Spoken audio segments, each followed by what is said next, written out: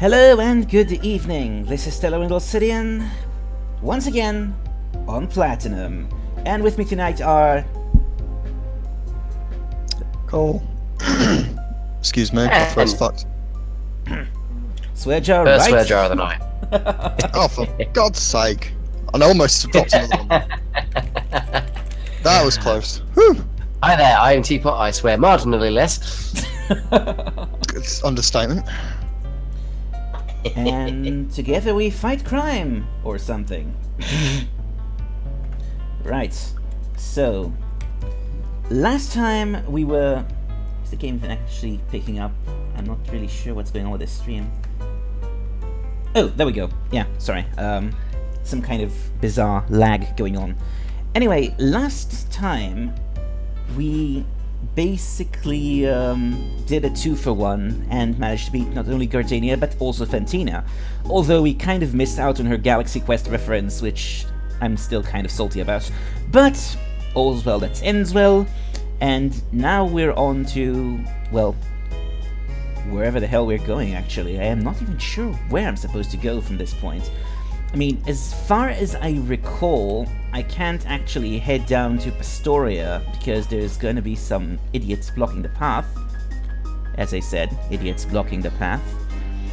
There's always idiots blocking the path in these games. Yeah, that's the problem with, honestly, even though Generation 5 was the most self-aware about it, I still feel that Platinum and Diamond and Pearl are the most railroady in terms of having obnoxious NPCs blocked away.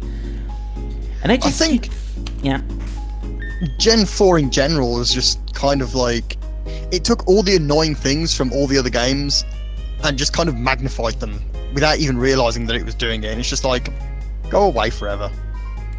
Why do I still have that tag-along on me? I know don't know. I kind of I remember hatching it at some point during the What last ability does it have? Hmm? What ability does it have? It's got Serene Grace, but I don't think I'm going to be using it. I mean, I like Togeplane. Completely forgot its actual name. But Togekiss, but sure. yeah, it's Togeplane. It'll forever be Togeplane.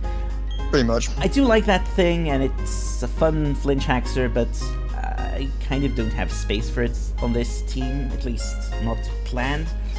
No, that's fair.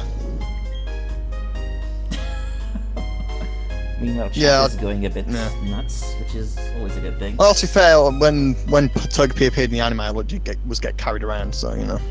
Yeah, that's why actually, this is actually a rather random thing, but many, many years ago, back when I mostly just started getting seriously into Pokemon, there was this sort of a parody comic thing that sort of took science fiction-y things and just made really stupid things with them. And one of the things it did was have the characters all have silly names. And at some point I just kind of felt like trying to do a Pokemon version of that. And obviously, yeah, Togepi's modified name for that was Tagalong. And it's been that in my brain ever since. It pretty much is. I mean, that's all it ever really did in the anime series, and then it kind of just went away. Yeah, it evolved into Togetic at some point in the Mirage Kingdom arc, and just kind of trailed off. Yeah. What Yeah. does this guy want? Oh yeah. I think I do remember actually training a Togekiss once. It pretty much got traded away as a prize for a tournament, so. I actually had this one particular... I have a slight issue with Togeplane, and that's because of a really, really ridiculous thing. Basically, Pokemon XD Gale of Darkness gives you a Togepi that has Tri-Attack. Yeah. And Tri-Attack on a Togeplane, at least in Generations 4 and 5, was kind of amazing. Yeah. Except that because of the way the idiots coded they basically changed the ability rates between Serene Grace and Hustle. Between Generation 3 and Generation 4. And so basically I had this, I kind of imported the Togepi from XD into, I think that was my Diamond, and basically it kept Serene Grace, but when it evolved into Togetic, it became a Hustle user. And it never changed back after I've Shiny Stoned it, so basically it just turned the most useful thing I could have had into completely useless. It had a good ability, it had a good nature, it had a good everything, except... Speaking of useless, we're talking about Hitmons in the chat. The best one in competitive play, I can confirm, is, drumroll please, Hitmontop. So that answers your question and ends the argument. Yeah, I mean, Hitmontop is useful competitively, but I can't stand them up. It looks stupid as hell, but, you know. I just cannot stand them up. It just annoys the thrill out of me design-ways. I mean, the weird thing is that I've seen that its beta design was completely and utterly awesome. Hitmontop is a Beyblade Hitmontop wannabe. was underappreciated, to be honest. Hitmontop was very, very, very, very overused in VGC 10, I think it was. Hitmontop was pretty much everywhere. It was combined with Kyogre enough times that the combination earned its own nickname, Top Ogre. So, Really? yes. That is a very strange emoji. Alright. Why do I have Netch out? To be fair, it sounds better than Climb on Chan. Climb on Top. Climb on Top? Actually, no, Climb on Top sounds better. What am I talking about?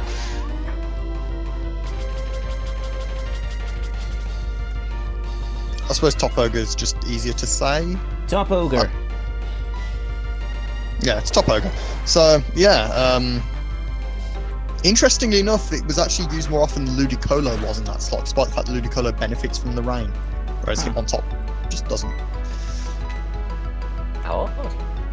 Yeah, as I say, some combinations just end up working inexplicably well. Oh dear god, I completely forgot that was a thing. Endeavor, that What? is. Oh, Endeavor, one of the greatest moves in the whole game. Well, it's kind of did a lot of damage here. This is what happens if you don't exactly pay attention. Ah, well. Let's see, I do think it probably That's will a- have... Yeah, so I mean, Stravia, the whole starting line's pretty strong anyway. It So. is, I mean... I've actually... It was actually one of the lines I considered using when I was,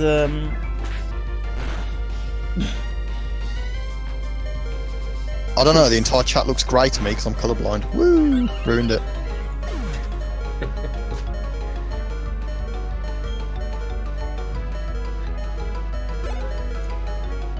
Nem, kindly stop spamming, please. Why am I trying... Wait, what? And Also, there I it is. think Monfer. a lot of our Oh, the colours are random great. because Nem looks like Nem is pink to me as well. I have a problem. What, are you going to die to the monkey?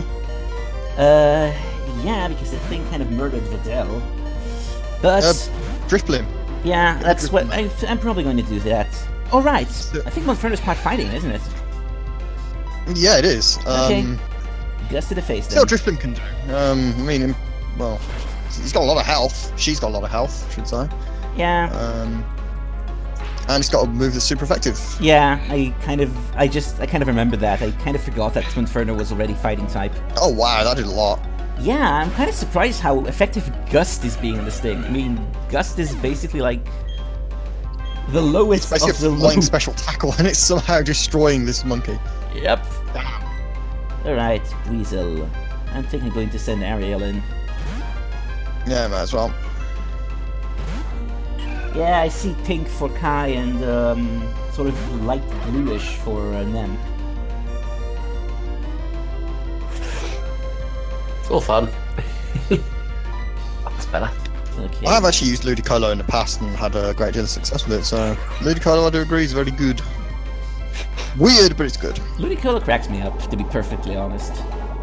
I think it's like the thing is with grass as a type in general is it can be combined with quite a few other different types and work ridiculously well. Grass And water types is one of are them. awesome. Water is one of those types. The other one being steel.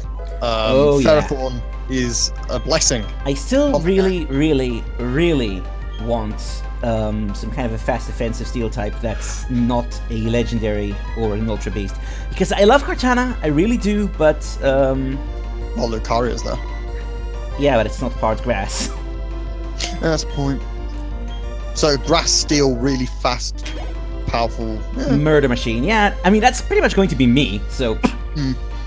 Ooh, another Roselia. To be honest, I feel like Sizzle kind of already works similarly to that. Kind of, That's but fun. it's Scissor. I mean, I do love Scissor, but my issue with Scissor is the fact that it evolves from Scyther.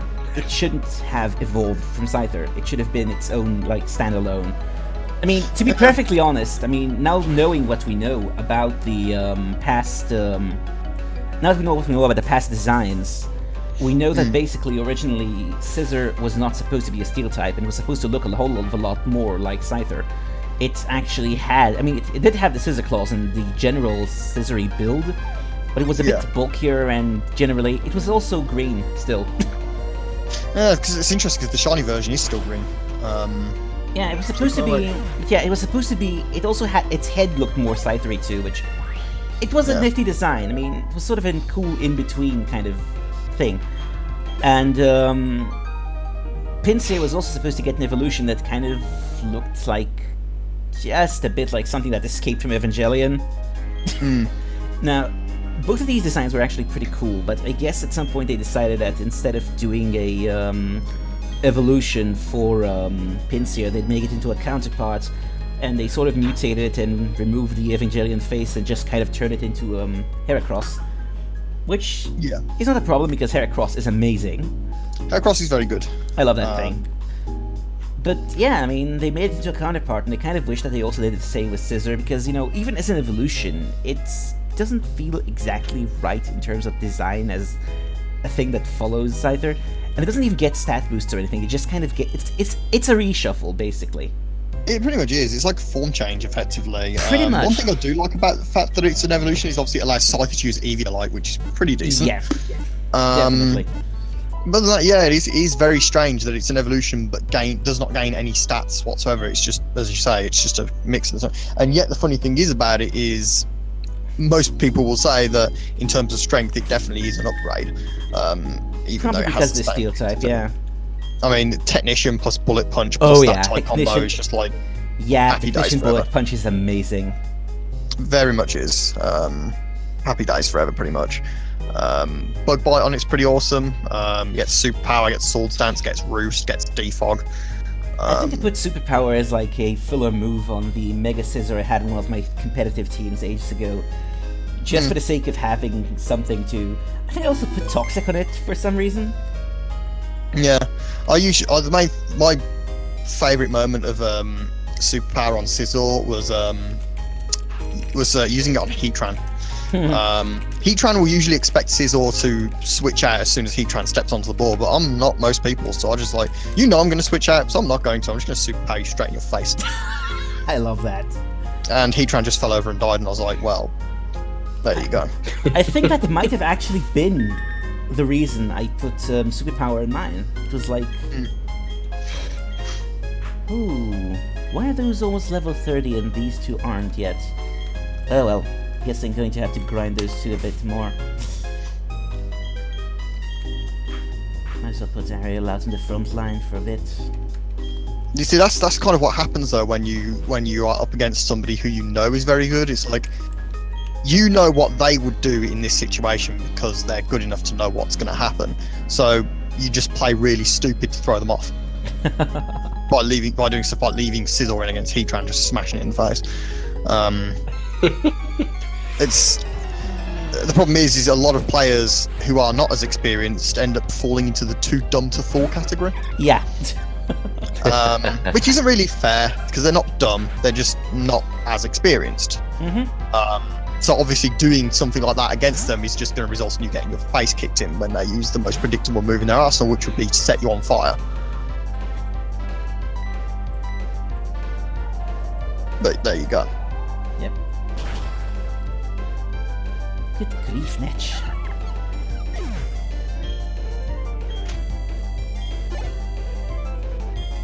I never actually expected this particular species to kick that much posterior. I mean, which is weird because I've actually used a Drifblim in a Platinum run before and it was very effective. So... Oh, Drifblim's great. Yeah, I mean, in VGC 13 made me famous. The only problem with Drifblim is the fact that in this generation, the only flying attack it gets is Gust. Yeah, that is a bit of a shame, to be honest. I think Drifblim kind of... The good thing about Drifblim is it kind of has improved as the generations have progressed. Oh yeah, definitely. In Gen 5 it got Acrobatics, which it really needed.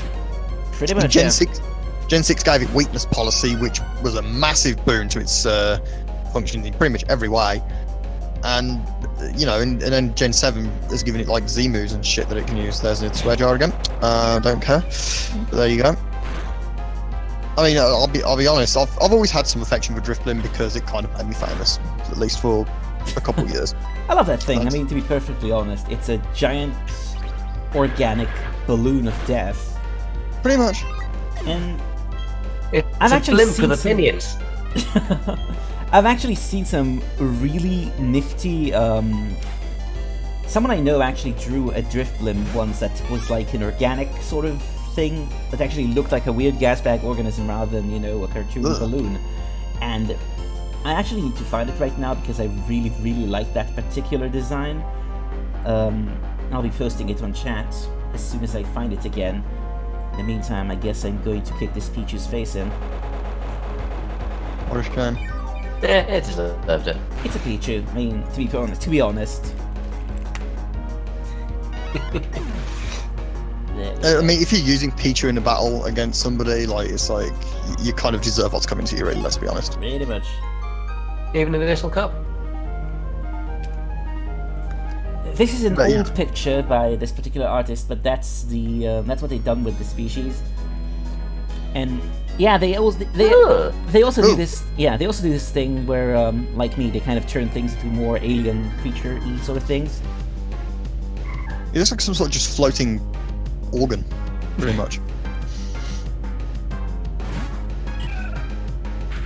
Well, considering what balloons, like the earliest Ooh, balloons were, I forgot Routes was native to this region. they are in Platinum. They aren't in Diamond and Pearl. That explains it. Basically, what they've done is, in Platinum, as far as the Pokédex goes, is introduce a whole lot of the species that actually evolved in this generation. Oh, yeah, yeah. So, Yeah, because we got Gallade in this generation, didn't we? yep, Yep. Oh, well. it's Rain and Routes. Routes just leaves. It's like, okay, bye. Oh, there's another one. Yeah, I've got to say, maybe- like, Routes and its evolutions are very good, though. They are. I mean, I've kind of trained both of them to death, so I'm going to sort of not bother this time. But yeah, I do kind of like both of them, although I do have a slight issue with Gallade's existing. And not because it's a bad design per se. I mean, it's got arm blades, I can't stay mad at it. But it's more the fact that it wasn't necessary. It's one of those designs that were obviously sort of put in because people were whining about God of War should be female only. It's not a blepping human. It doesn't comply with your secondary characteristics. It's completely obnoxious. But, you know, they did what they've done, and okay, I mean, Gallade is kind of, it is kind of a really good Pokemon, to be perfectly honest, so I kind of forgive it. Although my only issue with it, in terms of design, so to speak, is that, well, I know they were probably going for like a gladiator skirt, but it ends up looking like a tutu. Yeah. Either that or a really weird pelvic tumor. I'm sorry, it just really does. No, it's I do agree. It's kind of you can see what they were going for, but they kind of didn't really succeed. But hey, they tried. So fair play to them. I still can't get over the fact that they've actually mispronounced Bonsly as Bonsley in some things. It just sounds like a really, really awful cartoon villain. Bonsley and Muttley!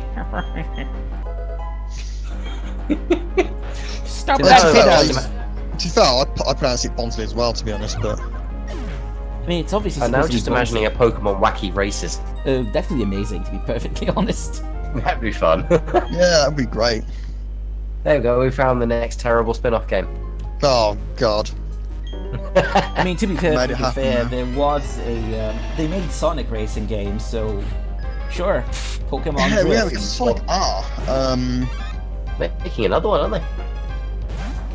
They've made a lot of them by now. I mean, to be perfectly fair, a lot of people think that the first actual attempt at a Sonic racing game was Sonic R, but there were 2 racing games for the Game Gear back when that was still a thing, called Sonic Drift and Sonic Drift 2.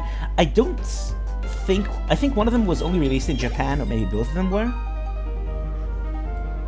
Yeah, stream lag kind of happens. Sorry about that, Kai.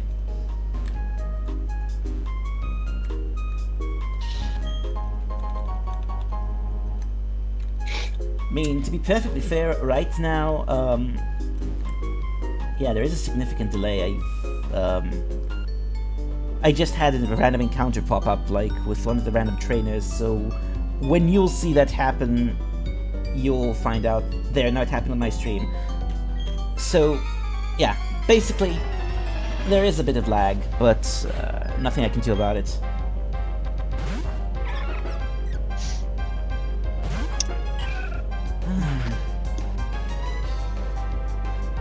Why would you go out and just like dress as Pikachu and just like try and act like a normal member of society? I have no idea. Like, dude, no. But then again, you know, this is the Pokemon community. Strange things have happened. Stranger things have happened. Well, yeah.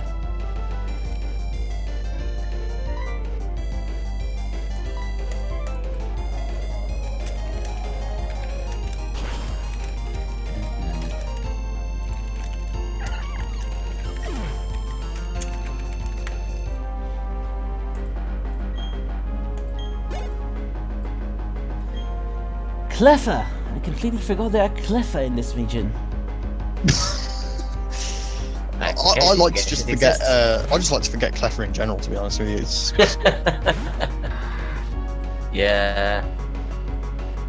I think the whole concept of baby Pokemon is just bad in general. To be honest, most of them don't really have much of a reason to be a thing, although some of them do actually add in some move options that weren't there. I don't know. Yeah, I mean, Pichu did give some interesting moves for Pikachu and Raichu then used, like especially Nasty Plot. But yeah, there's a lot of baby Pokemon that were basically just added in to pad the lines a bit. Riolu getting Prankster as a hidden ability was quite an interesting one as well. Yeah, the Proto version actually had a lot more weird babies. And most of them were pointless, but some of them I really, really like.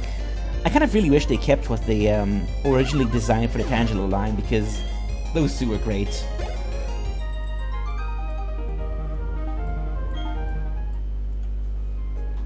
Oh dear. Let's see. I ran a ton of water. Meat. There seems to be a spot that would be a perfect spot for the old keystone.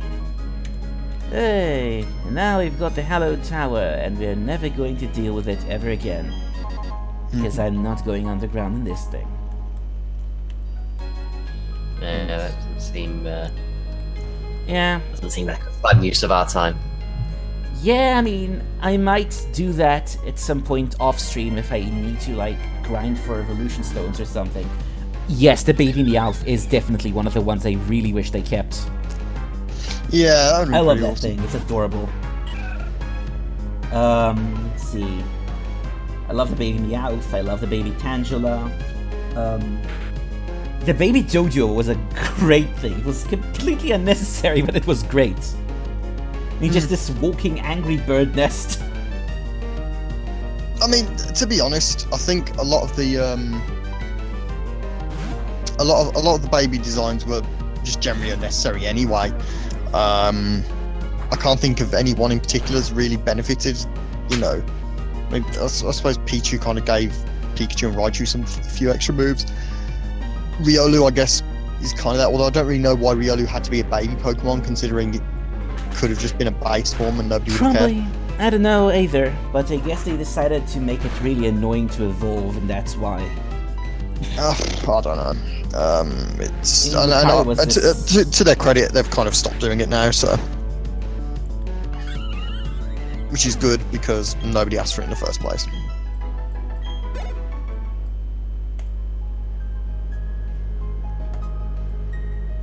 I'm kind of surprised that Drifblim is so fast. Yeah, I mean, to be perfectly fair, so am I. The hilarious thing is that I basically sort of soft reset for basically natures or something. Yeah. And eventually it just kind of ended up with Modest, and I was like, yeah, sure, whatever, okay, we'll roll with that. And yeah, because this generation doesn't actually have acrobatics or It does not. anything that would actually make Unburden a better choice over Aftermath. I just went for Aftermath. Because, you know, I like Aftermath as a concept of a final FU.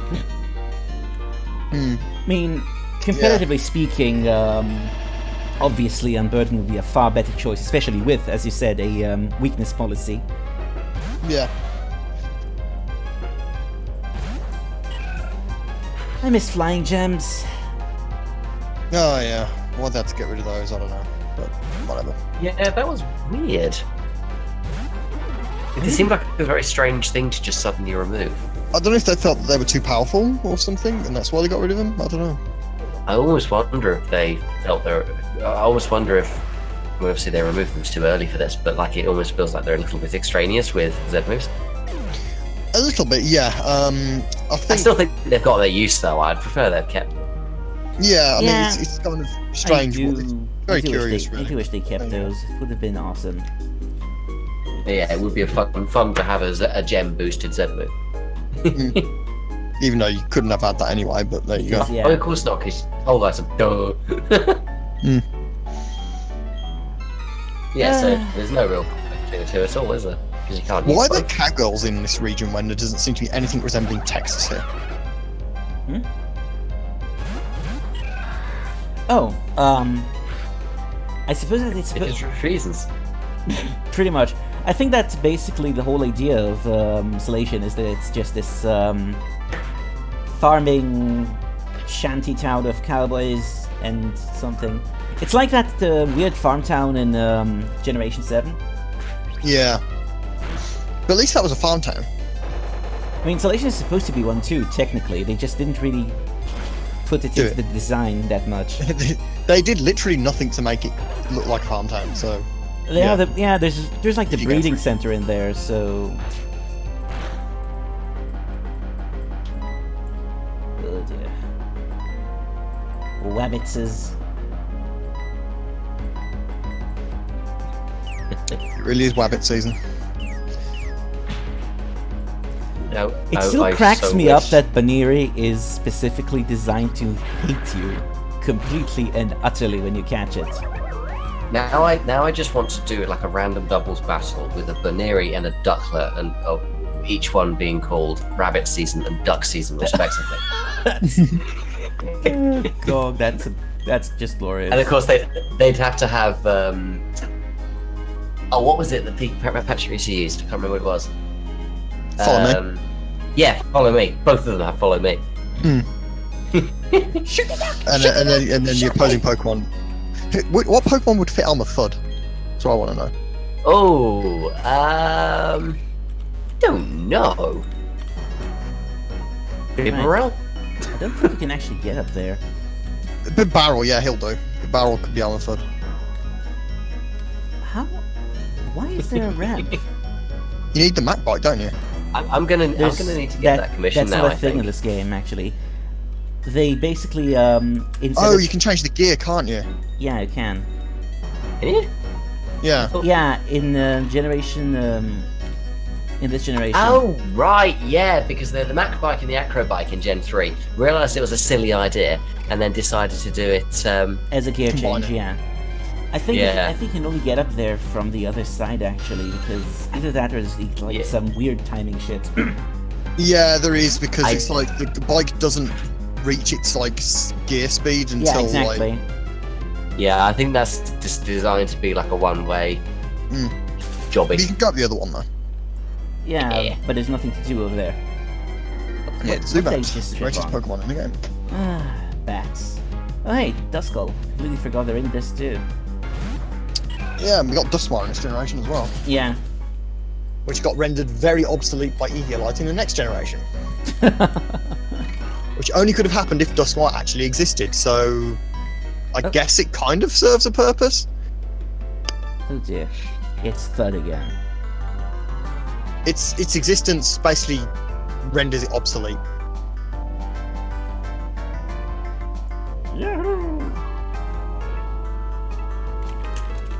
Oh god, what's happening now?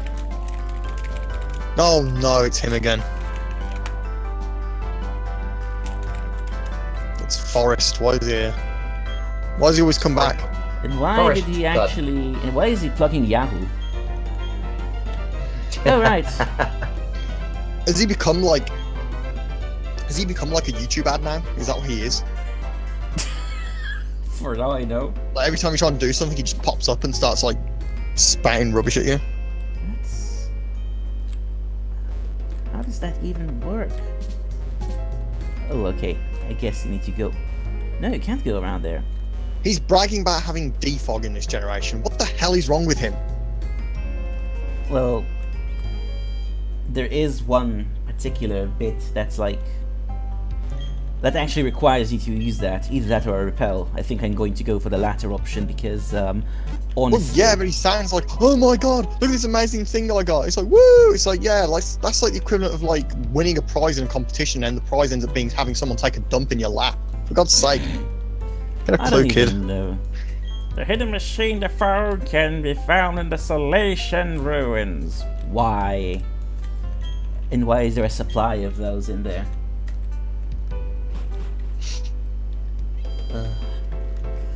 Right. Let's see, there's the thing. I think actually, I think that in this game you don't actually have to go through the stupid ghost tower. I just went in there anyway. Yeah, I think I think there's like a TM in there or something, so I might grab that. And you can get experience as well, so. Yeah, might as well. I mean, I don't really feel like dealing with psychotic letters right now specifically, so... You know, Chris, you can swear as much as you want in the charity stream. That's kind of the point. You'll be on the Metroid Other M. Enjoy That's that. going to be amazing when it actually happens. Yeah. Wish I could actually teleport over there and also be a part of the great train wreck, but I guess I'm going to have to just sort of vaguely materialize via Discord. Oh, I don't know. I feel like Metroid Other M is one of those things that's better viewed from a distance. Yeah, preferably several continents. I know, Yeah. right? Yeah, no, I think for Metroid Other M's sake, I think you're fine where you are. Yeah, yeah. It's not really. Any, I mean, to any be honest, closer just isn't worth the risk. Would you be able to live with yourself if you said I flew all the way to Europe for Metroid Other M?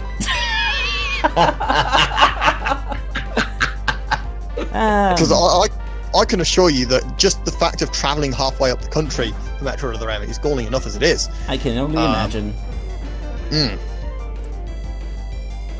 Especially considering I'm almost likely to be bringing my copy of Metroid Other M with me to do that. Is So that I'm the gonna one be you taking speared? Metroid Other M. I don't think I'll have ever... Actually, no, it's a lie, because I've taken Pokemon games like halfway up and down the country for tournaments, but... yeah, so Metroid Other M, and obviously games up and down Bolton as well, when I lived up there. I mean, yeah. to be perfectly fair, it is Other M. Going up and down Bolton sounds like something it would do. Yeah, it really would. Chatot. I was actually watching like somebody playing through Final Fantasy X-2 the other day, and I was like, Why? yeah, this game, you know, actually after Metroid Other M, Final Fantasy X-2 seems a whole lot more respectable. In hindsight. Honestly, I mean, at least 10-2 it's is honest, really eh? yeah, I mean, 10-2 is actually a whole lot... It's not as bad as people make it out to be. I don't think it ever was, in all honesty. I don't think it's bad. I just think it's spectacularly pointless. Pretty much. Oh, Chatter was fun. The issue, as I've said this many times, and I'm sure everyone else has heard it before. Oh, Chatter, nice. My problem with 10-2 is the fact that Final Fantasy X is not a game that needed or should have ever had a sequel. Pretty much, yeah. Narratively speaking, it was utterly just, you were not going to succeed in having it make any sense. If they'd made 10-2 completely separate, it was just like 3 random girls from nowhere, and they're just having some crazy ass adventure. Being Charlie's Angels, basically. Because that's Pretty much, exactly yeah. what they were. And they turned that, and they just said, yeah, here's Final Fantasy 11, it's 3 girls having a joyride. Boom. Happy sounds days. like I think everyone would have taken it. That sounds like Final Fantasy 15, actually, except instead of girls, you have girly men. Well, yeah, and also 10-2 is kind of like better than 15 in every way, so. 15 is a mess. I mean, from what I've read about it, it just sounds like, what were they even snorting? Yeah, from what little I've seen of it, it looks kind Hey, of Katie! bad. Then again, don't Square Enix own Daikatana now? Oh, I wait, mean, that explains a lot. There was an do item they? in there. I think they do. I'm not 100% certain.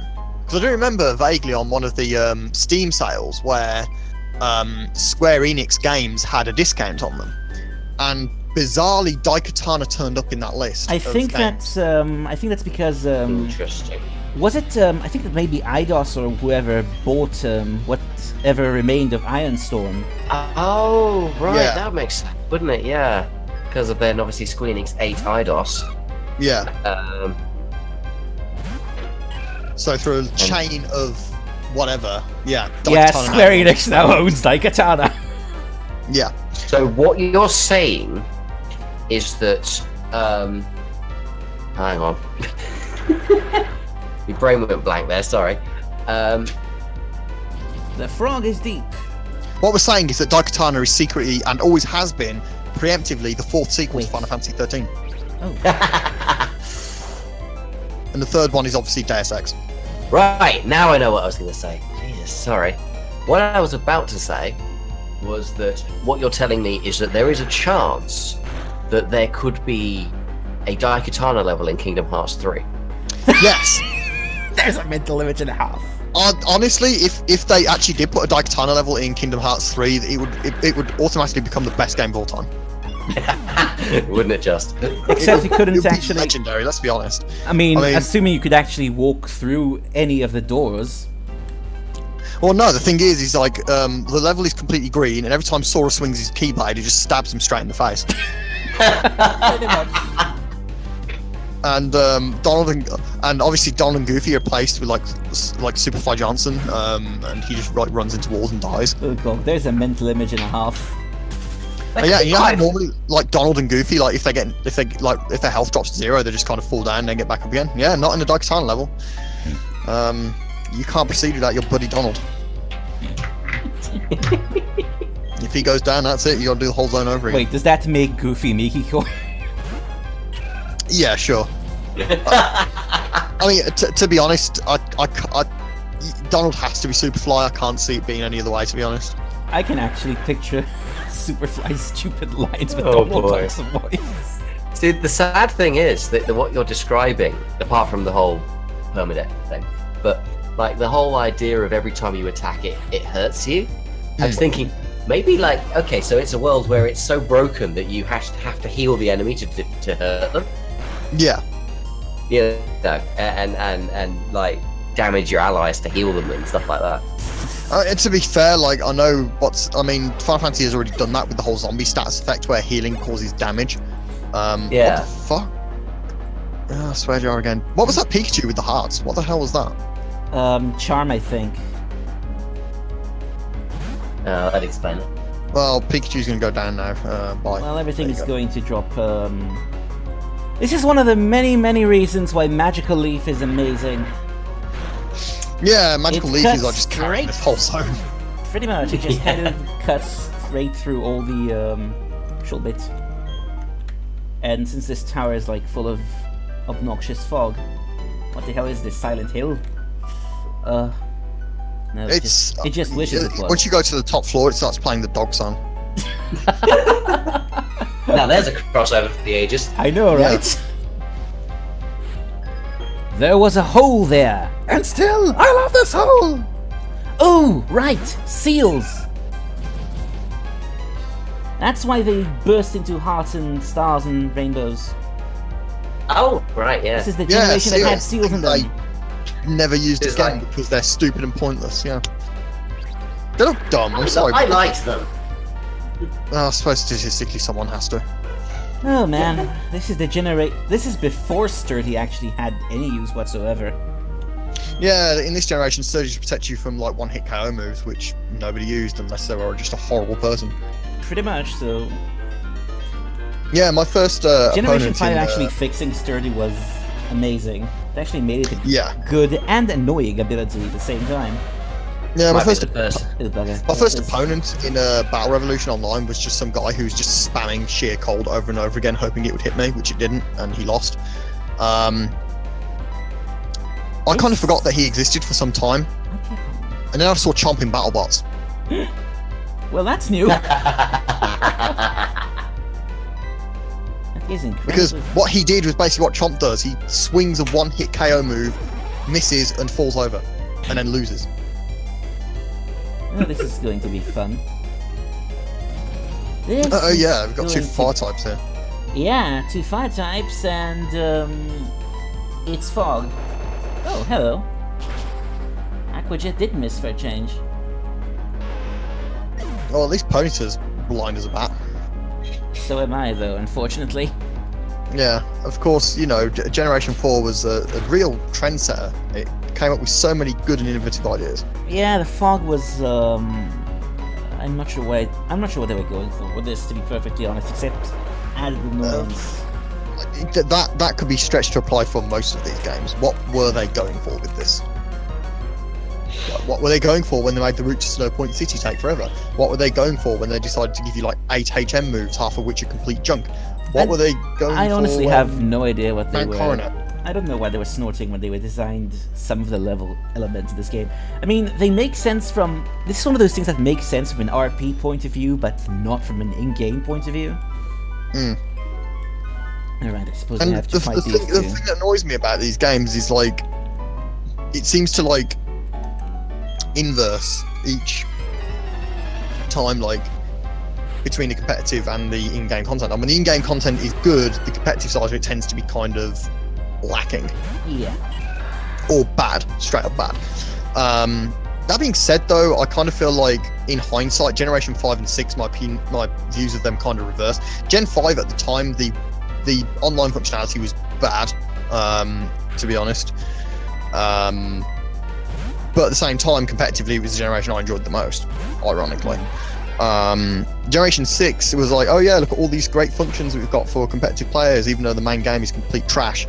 Yeah, and then they introduced Mega Evolution and ruined it, so, for everybody. Woo. Because, you know, balance patches are not allowed. Not authorized. Not authorized. Obviously, Sakamoto was like the team leader of Generation 6, and the the QA person was one. That's what happened there. Okay.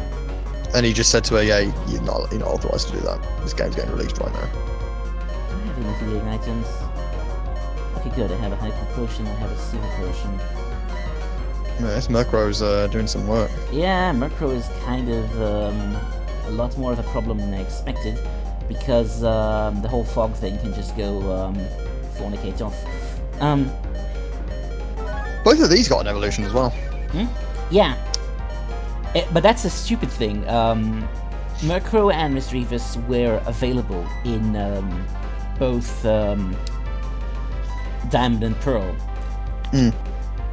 They were you couldn't catch them in Platinum for some reason. Bizarre. Yeah, I guess they do that sometimes. You know, like make a version counter. It was a version counterpart type situation.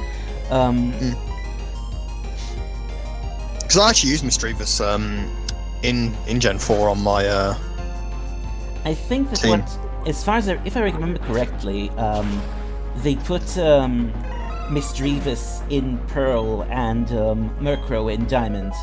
Yeah, that's right. Because I got my Misdreavus from Pearl, and then I kind of used it to make a Toxic competitive Misdreavus, which ended up being pretty awesome. It actually made someone rage quit. I mean, to be perfectly honest, this is in game. I don't need toxic spikes. No, you don't need toxic spikes in game. Like, it's not going to be useful for anything. And now let's hope I Well, can actually, it might be. It's probably going to be more useful than growth, in all honesty. But Yeah, I'm kind of surprised I haven't been using growth as much as I thought I would need to, because I forgot. Wait, did they actually adjust growth in Generation 4 or Generation 5? I have a feeling it was 5, but I honestly can't remember because I've never used it. Might have been. I mean, Oh look. I would say the only real purpose Toxic Spike serves is against like the Elite Four and stuff, who are just going to be like sending out loads of random Pokemon into it. Yeah, but Yes, Toxic Spikes would be quite useful for that, but most players in this game don't really have enough Pokemon to make it worth it. Okay, growth That's a problem got with it. used. So growth got boosted in Generation 5. Of Now course. it Yeah. increases both attack and special attack. Yeah, and it actually does a two-stage thing when you use it under sunlight. So That's it's right, yeah. actually pretty useful these days, but back then it wasn't. Yeah, then- it's kind of a shame. Yeah. Yeah, I mean, to be perfectly honest, I'm not keeping any of the moves I have on this thing right now. It's going to change once it goes full Roserade. Oh, it's ghastly. We could catch that. Didn't really have much of a use for it. I mean, I have a ghost Well, no, right you can't now, get and Gengar I on would this. have another ghost later. Yeah, If I- I suppose Drift Beam's good enough. Yeah, I mean, I did plan on having Frostlass eventually. Oh. Oh, right. Is it just me, or is Ghastly Sprite cross-eyed? Slightly, yes. Hmm. Oh, right, I forgot. You need to actually have the frog in order to get whatever you get from these two. We did all that for nothing. Yeah, I, Experience, I suppose. Here's a question though: why are they still there if they're just being completely owned by the fog? because they can't see their way down? I don't even know. Yeah, just stay up there. It's fine. Yeah, I mean, to be fair though, that would imply that they, weren't able to see in any of the fog below there as well. Which is like, how the hell did you go up the stairs then? magic.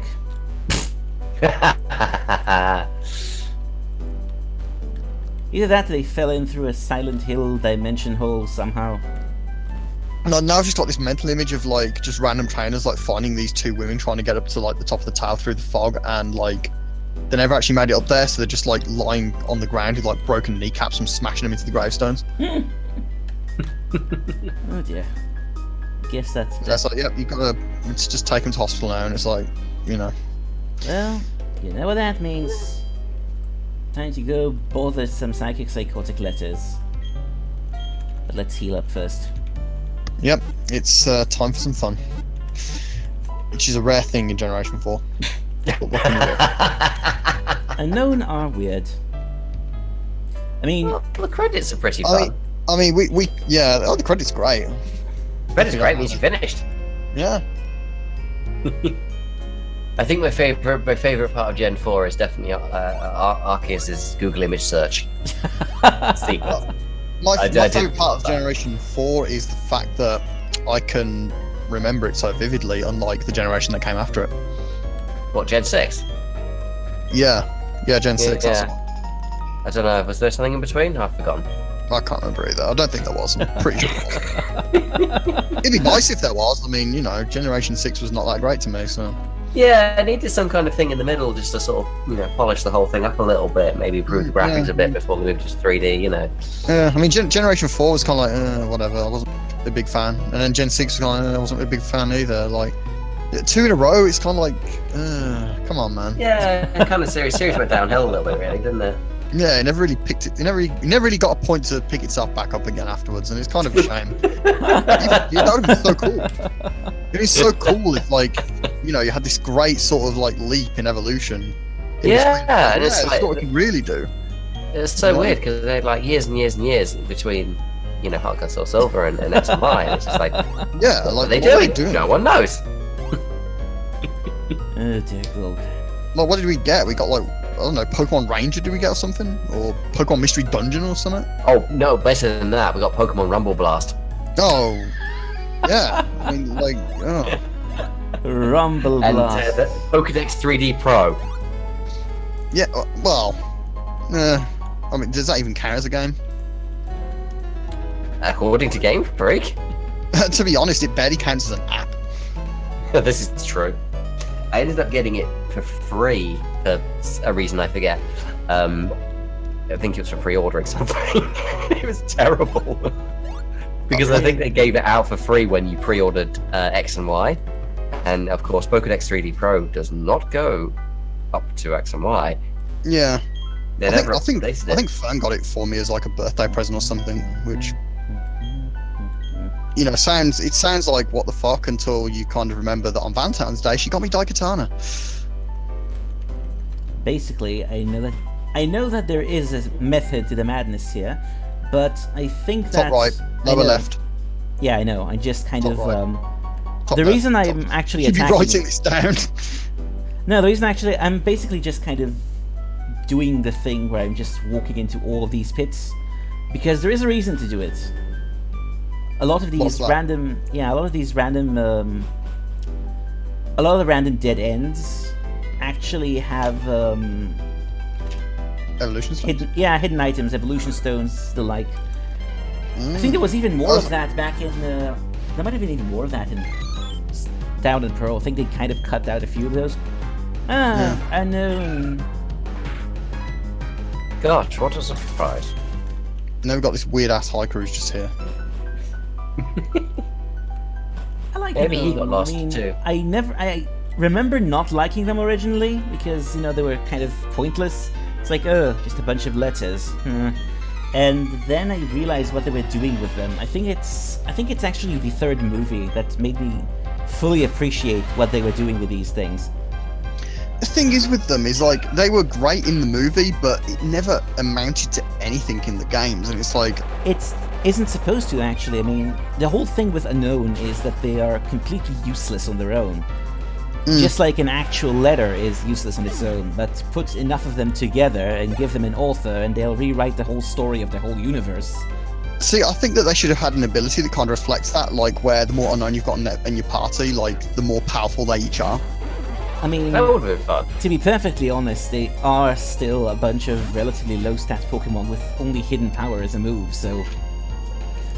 I mean, Well, yeah, but- you know what would have been actually really nifty if if the game actually gave you a reason to collect all these different forms, and then you could just sort of put them together into some kind of an unholy Cthulhu letter Amalgamation. Pokemon sort of thing.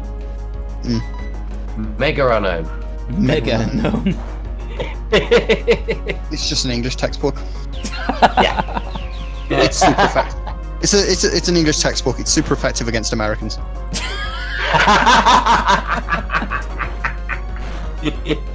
There's not going to be any more American people watching this stream now. Yep, now we've offended Americans this week. So Yep. far. To be fair, we kind of find some ways to offend everyone in these, so... Yeah, Well, I mean, we're- that's, as long as I'm here, that's guaranteed, pretty much. Yeah.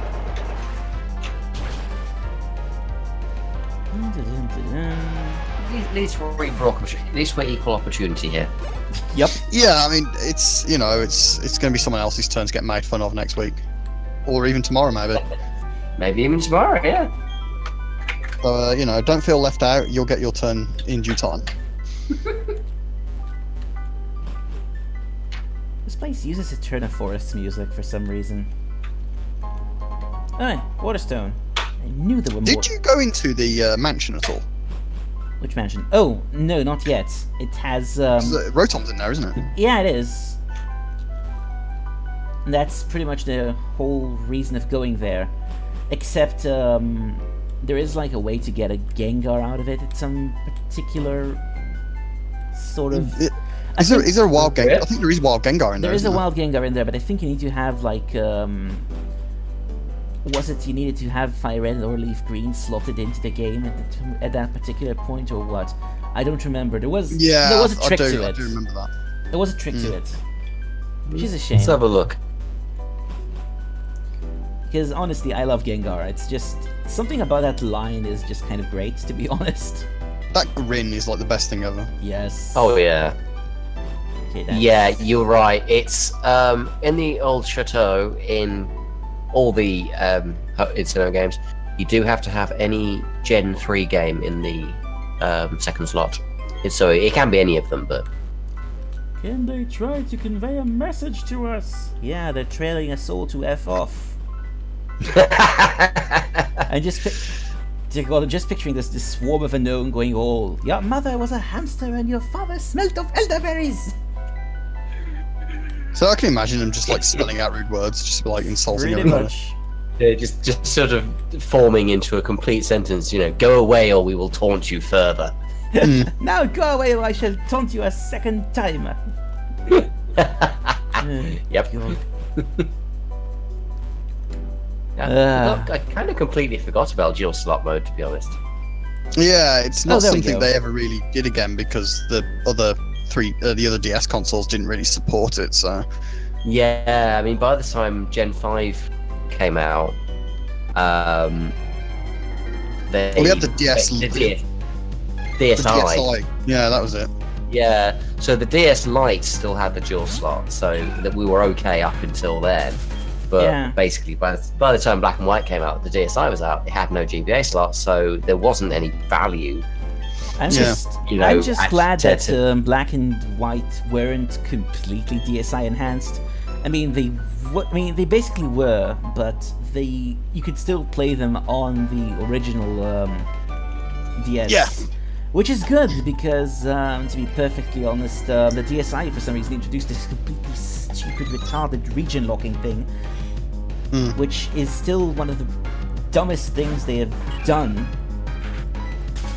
Yeah, it's a good job they got rid of that for the Switch. It was one of those weird things where Nintendo were one of the only companies not to have region locking for the longest time.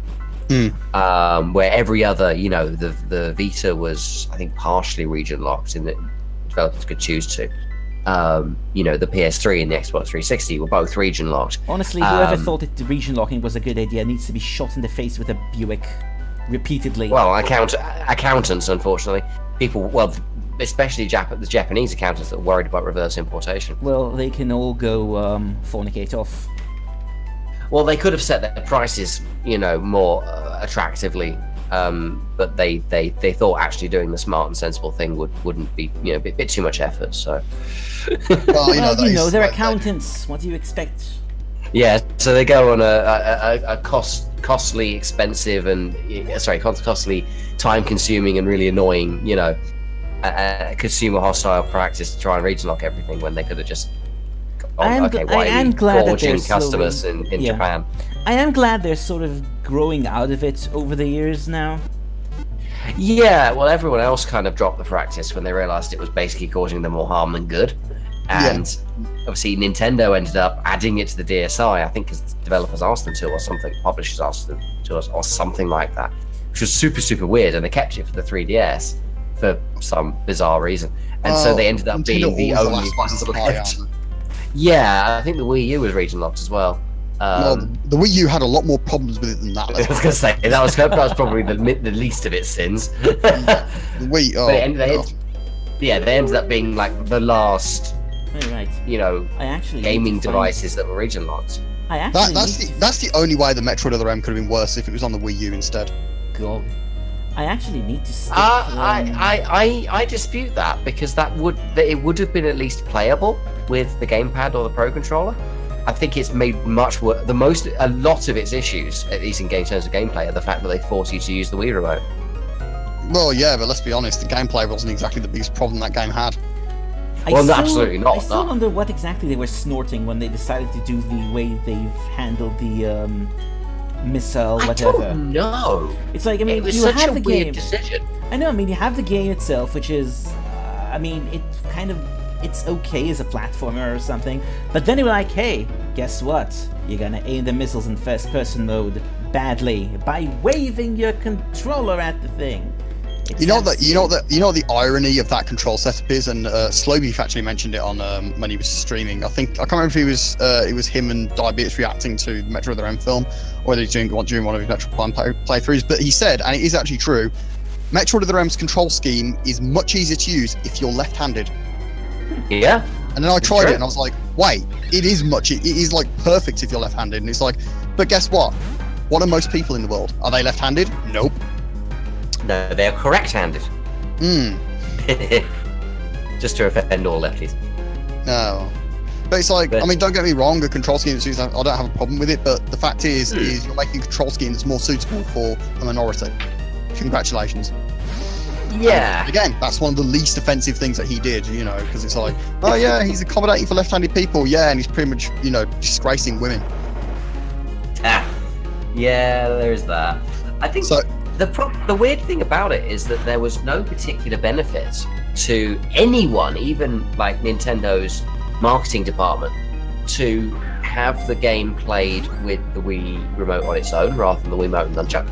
You know, Kai, you could actually say that Sakamoto's giving with his left hand and taking away much more with his right. Oh. 7 Fs. I do not want to know what Sakamoto is doing with his right hand. Thank you very much. I don't think anybody wants to know. Maybe Sakamoto is in fact left-handed. You don't know. Maybe that's why. Maybe he made the only game that's better if you're a left-handed. Oh wow, that's going to be one amazing endeavor. Yeah. It hurts. Like, a lot. But I really needed to yes, catch a stupid I bird. apologize for that joke. You see, Kai, Sakamoto is authorized to do as he pleases. We're doomed. We're going to get banned. Well, Do you really think Twitch cares about us insulting Yoshio Sakamoto, really? I don't know, but I bet someone does. Yeah, but the game Nintendo would might not. care, they ain't watching this. I don't think they'd have lost anything in terms of Other M's controls if they'd used the Wii Remote and Nunchuck, and then that would have meant you didn't have to, awkwardly shift the controller around in order to aim the first-person stuff. Yeah. So literally just doing that would have been Better. Yeah. enough. that's literally the only use I like that it's name. get. It's the issue I have with it is like it's not like even if they had done that, it's like Metroid Prime was so good and did so many cool and interesting things, and yet And it you've did them with kind a of gone GameCube controller. yeah, and now you've gone completely backwards from it. It's like I understand that like he was kind of hoping that we've forgotten that Metroid Prime existed. Yeah. I mean, you can kind of tell just by the way that Metroid then presents itself that they were kind of hoping you forgot about Metroid Prime. It's like, yeah, we didn't. They did very specifically say that they were treating Metroid Prime as non-canon, which I do think it. They never outright actually said that. The thing with Uh, Metroid Prime I thought is they did. I think they did, but honestly, the thing with Metroid Prime is that it's so self-contained and so completely and utterly out there Yeah. that you can basically treat it as things that might have happened, might have not happened. It doesn't really matter because it doesn't really affect the main series. Yeah, you could Personally, remove all of it and it won't affect the timeline at all. The same way you could add it in and it won't affect anything at all. Yeah, exactly. I don't because it's sort of, as far as I remember, it's supposed to be between. It's supposed to be things that happen between 1 and 2. And Yeah, honestly, it I think it makes a lot more sense for it to be between 1 and 2, because when you played 1, you had basically this whole backstory of the pirates having moved to Sebase to try to breed this swarm of Metroid, and it's like okay, fine. That doesn't excuse the complete genocide of the species in 2, unless the Galactic Federation had a chance to see straight off just how completely and utterly insanely dangerous these things can be if they, say, mutate or are affected by something like that. Yeah. And then it's like, okay, I guess we might as well attempt to just solve the problem forever. Well, the thing is, completely forgetting for a moment that if the Chozo created Metroids, they probably created them for a reason. Yeah, which is why fusion happened. Yeah, you can tell like from one of the early scans in Prime, you kind of work out that it happens pretty much immediately after Zero Mission finishes. Yeah. Yeah. You pretty much like Samus pretty much flies off the whatever right at the end of the thing of Zero Mission. After she's done that, she flies straight to the ship that she starts on Metroid Prime. Yeah, the frigate, Orpheon. Yeah, like she just That goes was straight a cool there. intersection. Even though it doesn't explain why her ship looks so different, considering she stole a pirate ship to get there. But I think essentially the reason for that is because reasons. I think the thing with Metroid is I think the canon matters about as much as it does in Zelda, which is it's there To for be colour honest, rather than any meaningful. I mean, to be perfectly honest, Metroid Zero Mission did not exist when Prime was released, so it was going by original Metroid canon, which means that the whole Zero Mission shulbit never happened. that's the point. Which is honestly good, but because she that was the didn't most have the, obnoxious thing in the game. She didn't have the Zero Suit, did she in Prime either? I think she had it in 3, but not in the first 2. It was in Prime 2. I was in Prime 2, was it? Mm. Yeah, it wasn't in Prime 1 as far as I remember. Yeah, It the wasn't, Zero yeah. Suit came about in Zero Mission, and it appeared in Prime 2 and Prime 3, and then it turned up in Other M with high heels for some reason. Yeah, I disregard those. I basically disregard Other M. Other M is non-canon, like truly non-canon as far as I can see. Well, it's Yeah. like I said, I don't think the canon. Like I would argue that the canon doesn't really matter in Metroid. The stories aren't connected in any meaningful way. Mm. You know, okay, They are. wait- I mean, to be perfectly honest, if you kind of if you disregard Prime for a moment and Other M, they are related because you have the original story, which is like where Samus goes back home to blow it up, and yeah, that is true. and then then you have 2 where at the end of it, after nearly completely eviscerating the entire species, she has the baby imprint on her, and then you have Super where the whole game starts because Ridley steals the baby, Yeah, that does follow through. But and then you have Fusion where it all kind of comes to its logical conclusion, and murdering the Metroid species kind of comes back to bite her in the ass. Pretty much. Yeah. And Yeah, that's actually one of the I- reasons it- I'm kind of upset that the planned sequel for Fusion never happened, because I would have loved to see the actual repercussions. Is that of all Metroid this. Dread or something? Yeah, that was the code name for the project, and then they kind of cancelled it because I guess they didn't really. I guess they thought that the 2D Metroid game would not work out all that well, because Yeah. it was a weird time in game development history. I think Metroid's in a really kind of weird place anyway. I think Metroid Prime 4 being the next game, it is very much the correct thing to do. Pretty much. Just because I do wonder. I played the new Metroid game, came out on 3DS last year. It's Samus Returns. So it was a remake of 2. And it was a very, very faithful Metroid game, introducing a few new things, finally. But very, very much stuck to the template that 2 set up in the first place, which is fair enough. Which is, Yeah. I mean, to be honest, I think Super Metroid is one of the best games ever made because of that particular structure of the game. So, Oh yeah, I agree. But what I kind of noticed about it was that we went. Oh, how long was it? When was Zero Mission out? It ages was ago. Ages. 2006, 2005. No, maybe before that, because Metroid 2 was Prime 2. Right? Yeah, 'cause Prime 1 came out in 2002. Zero Mission It was 2004. Yeah. Yep, Yeah. I was way out. So we've had between Zero Mission and the next 2D Metroid game, which is Samus Returns, 12 years. Yeah. And so an entire generation of people have no idea how to play these games. And I don't think that Samus Returns was made for anyone except the die-hard Metroid fans, of Yeah. which there aren't that many, really. Like, Yeah. you We know, are kind of a I dying think- breed at this point. Yeah, there are dozens of us.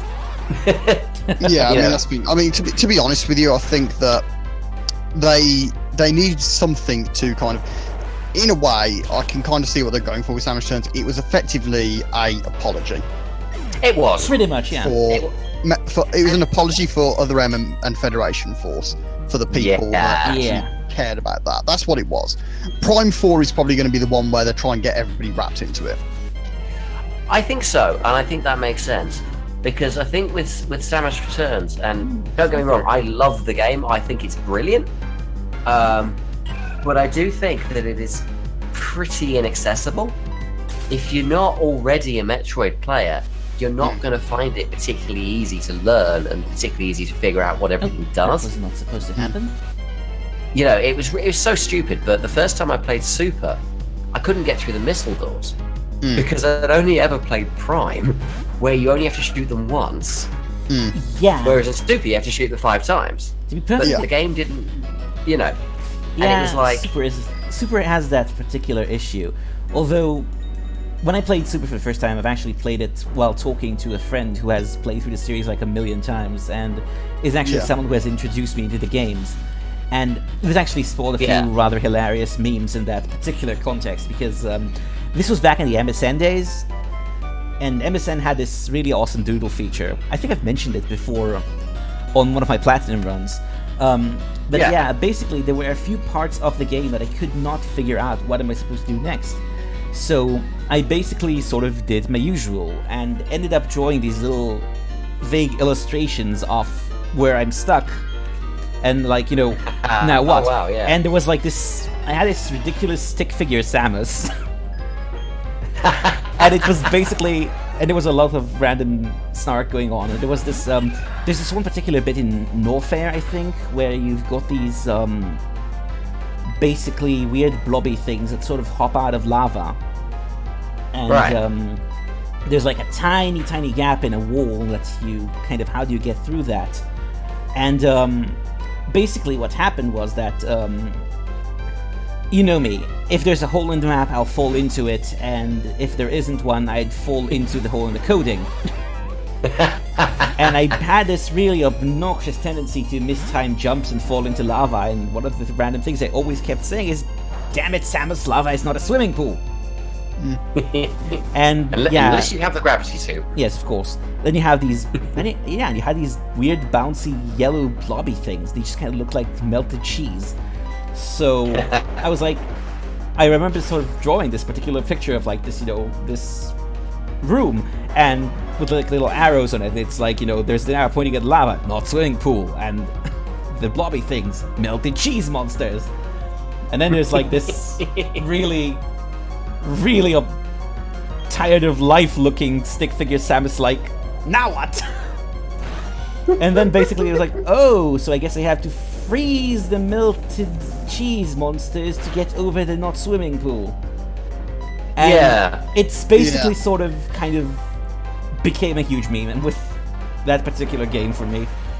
There was a whole lot of other things that sort of popped up over time.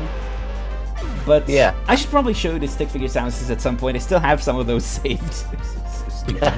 Nice. I think you kind of hit the problem pretty well though, which is I do think, again, as much as I love it, Metroid is pretty arcane if you haven't already played it. It relies on a lot of internal logic that it never bothers to explain. And that was fine in 1993. It's not fine in 2018. Because players these days cannot have things figured out. I mean, they can't figure things out for themselves. They have to have everything spoon-fed to them. I mean, okay, to be perfectly honest, I have to admit that at some point, having some actual explanation of things. You know, what I think that they should have done is, as much as I don't like invoking Aaron, he did have a point about the way the original Mega Man games were designed.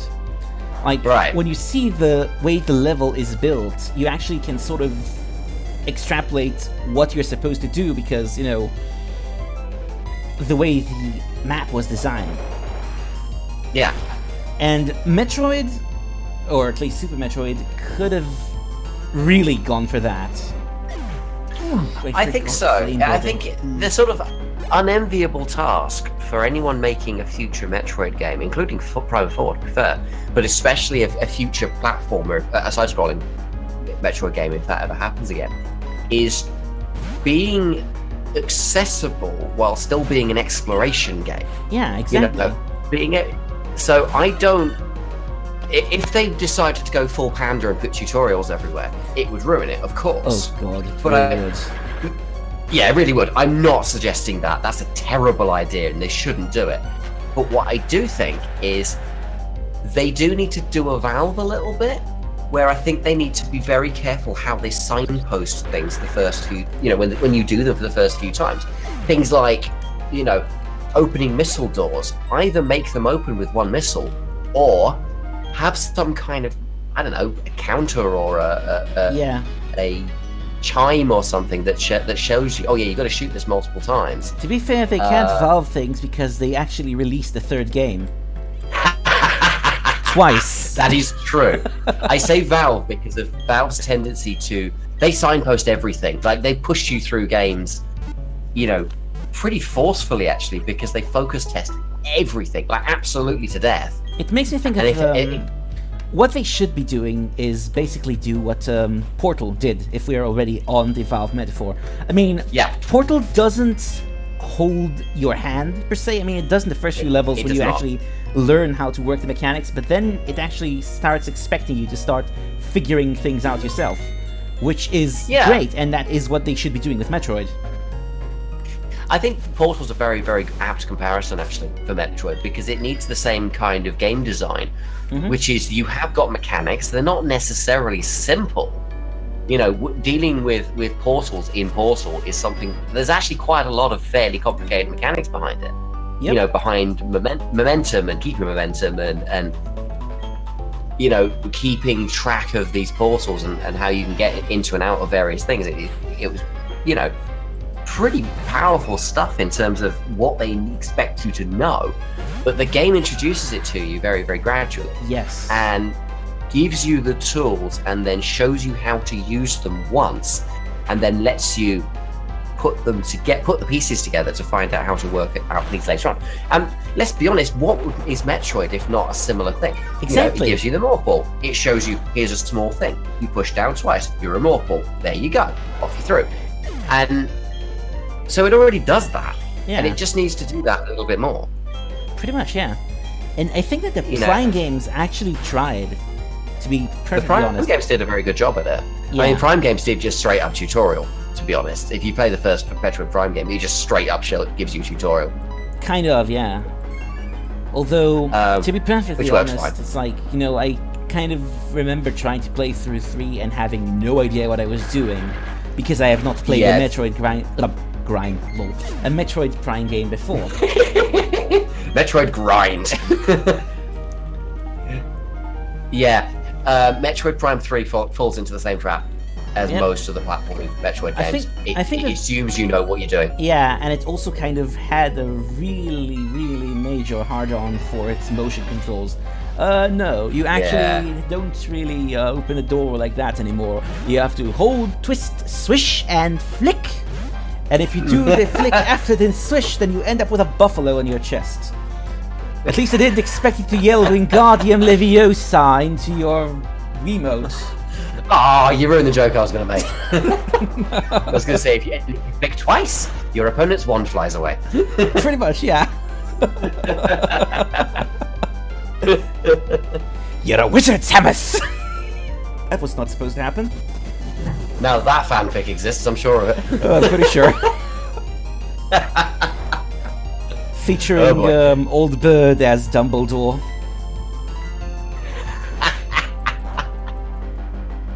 That's actually another kind of thing about Metroid, which I think perhaps works against it a little bit. Not so much, because it never needed it in the old days, but the problem is that Metroid has always been a series where there have been very few characters, and the characters that exist don't have much character. Yeah.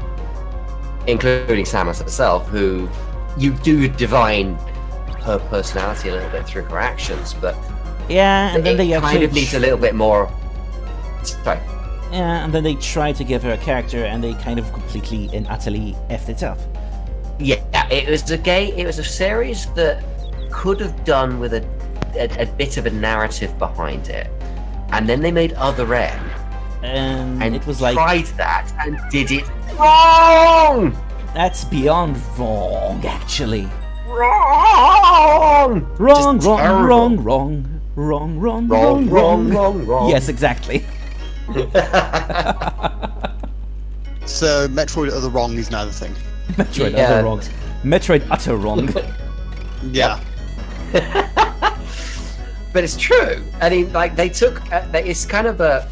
You know, they kind of went, okay, let's give this a bit of a narrative, which I think is a noble thing to do. And then they kind of, okay, let's take this narrative and hit ourselves in the head with it repeatedly. Rather than actually, you know, doing anything, doing it right, and kind of looking to the past and saying, okay, everything that Samus has done so far up until now, you know, shooting things, blowing up planets, occasionally rescuing a Metroid. And they'll kind of go, okay, so she blows up planets, she shoots things, she murders, you know, thousands of creatures, she murders thousands of space pirates. You know, she's a bounty hunter, she's 6 foot sod off. You know, she's raised by, I was going to say raised by wolves, but raised by Chozo, old birds. You know, she's like genetically sort of augmented super soldier type thing. Yeah. Yeah, let's make her a mewling girl child. That's actually one of the things I was about to say about, you know, the whole Dread thing. I actually kind of think that right now, how much of Samus is Samus anymore? I mean, see, that she started that off, is where, I mean, you know, she started off being, you know, just this. She started off being a human child until Ridley just kind of dropped in on her colony and murdered everyone she cared about. And then she was, I'm murdering parents, bye. yeah. And then, you know, she got picked up by the Chozo, and in order for her to be able to actually survive their planet, they've infused her with their blood, and it kind of rewritten her DNA just a bit, and now she's just sort of this weird kind of hybrid. And, you know, now she's also part Metroid, so it's like, okay, I mean, last time we had that happen, we had Aliens 3, so maybe that's not exactly a good idea. But, I mean, to be perfectly honest, that is probably what they were going for. I mean, the whole... It was.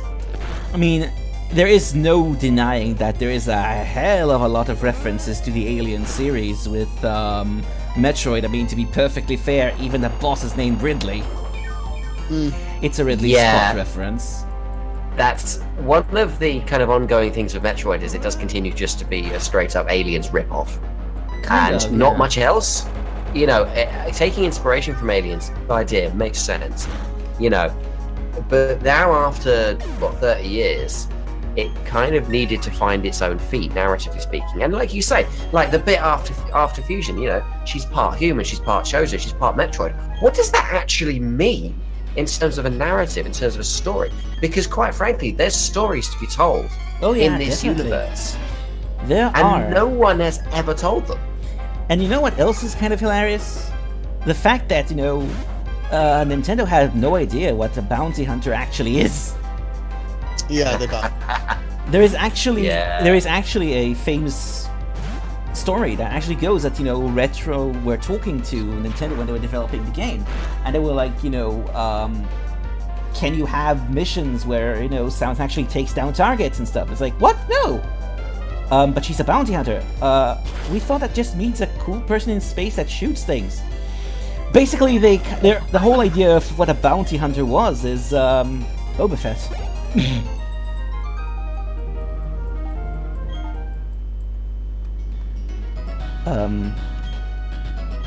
I think the stream might have lost its audio. No, okay, here you are. I thought that Discord kind of had a seizure. It kind of did. The signal bar went orange for a little bit. I don't know what was going on there. Okay. We'll just assume it's Discord being Discord. Yeah, it's probably just Discord being Discord. So, yeah, basically I think that they honestly had no idea what a bounty hunter even is, and it would be actually interesting to see. And, you know, that actually explains a lot. I mean, like, why she seems to be part of this big Galactic Federation military structures when bounty hunters are more of an independent contractor. Yeah, you can't... Yeah, go on, sorry. Sorry, you can hand-wave that away in the Prime games by her accepting a contract from the Gal Feds. Contract? But, like... yeah, no, I've not done it. Now just imagine the President of the Galactic Federation is flicking Cubey or something. That would explain a lot. It really would. I mean, at least that's the one thing that Other M didn't do. Samus isn't yet a magical girl. Yeah. Yet. No, they just turned Mother Brain into one. Yeah, kind of did, didn't they? They really... they really did. I'd managed to banish that from my mind. There is just... Metroid, go figure. Yeah. Metroid, I think, it's a wonderful series, and there's so many kind of brilliant games in it, but it is it really does feel just like a constant barrage of missed opportunities these days. It really does. And like I say, I love the Prime games. I really like Samus Returns on the 3DS. I thought it was brilliant, you know. The one thing I don't like about it is the whole new aiming system. That's just kind of... I mean, it's sort of just... It adds another layer of effing around that the game did not need, basically. I disagree on that subject. Yeah, but you never tried to play the game on anything but an actual 3DS. Well, you know. Well, you know, you're not supposed... I know, you're not supposed to do that, but, you know. I think it will make a lot more sense. I want to say when, but if it ever makes it onto a system with dual sticks, so a Switch, well, yeah. where you'll be able to move with the left stick and aim with the right. And a lot of games do that. A lot of side-scrolling games do that, and it works fine. The biggest pain with it was that you were dealing with the 3DS, which only has one analog stick and a nipple. If you got a new 3DS, which is never used for anything. So they kind of had to make you stop and then be a tank and aim up and down. And it was fine, but it will give it an extra stick, and you let it just free aim with that, and the whole game is going to get so much easier to play. Oh, definitely. I mean, it's sort of like what they've done with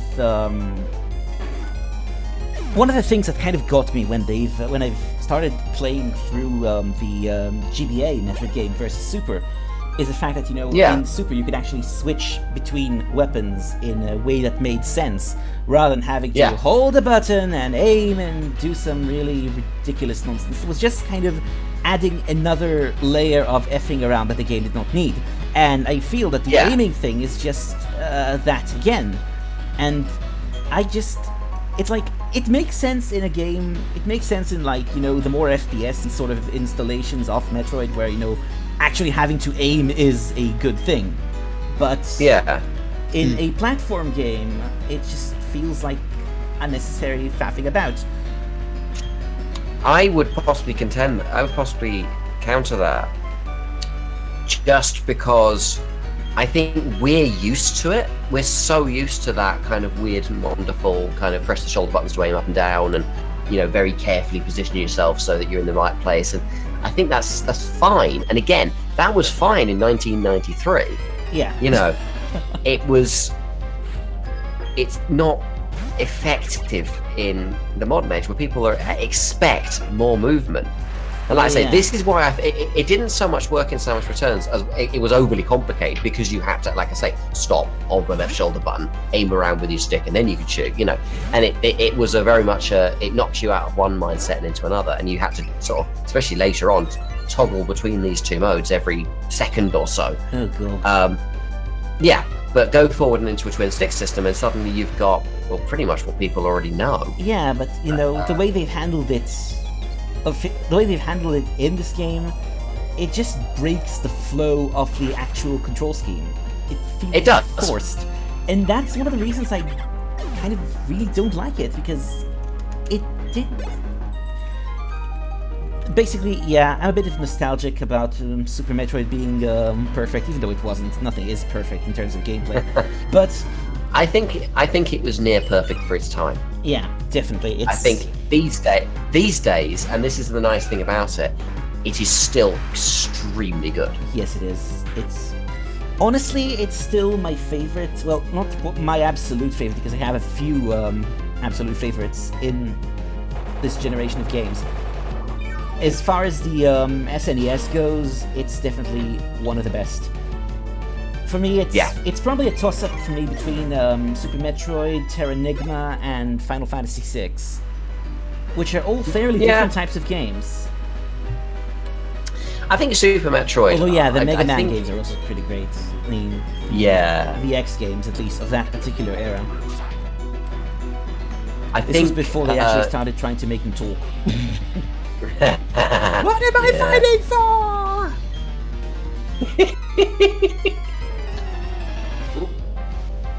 Excuse me. I do think it deserves to be on lists of, you know, the best game ever made.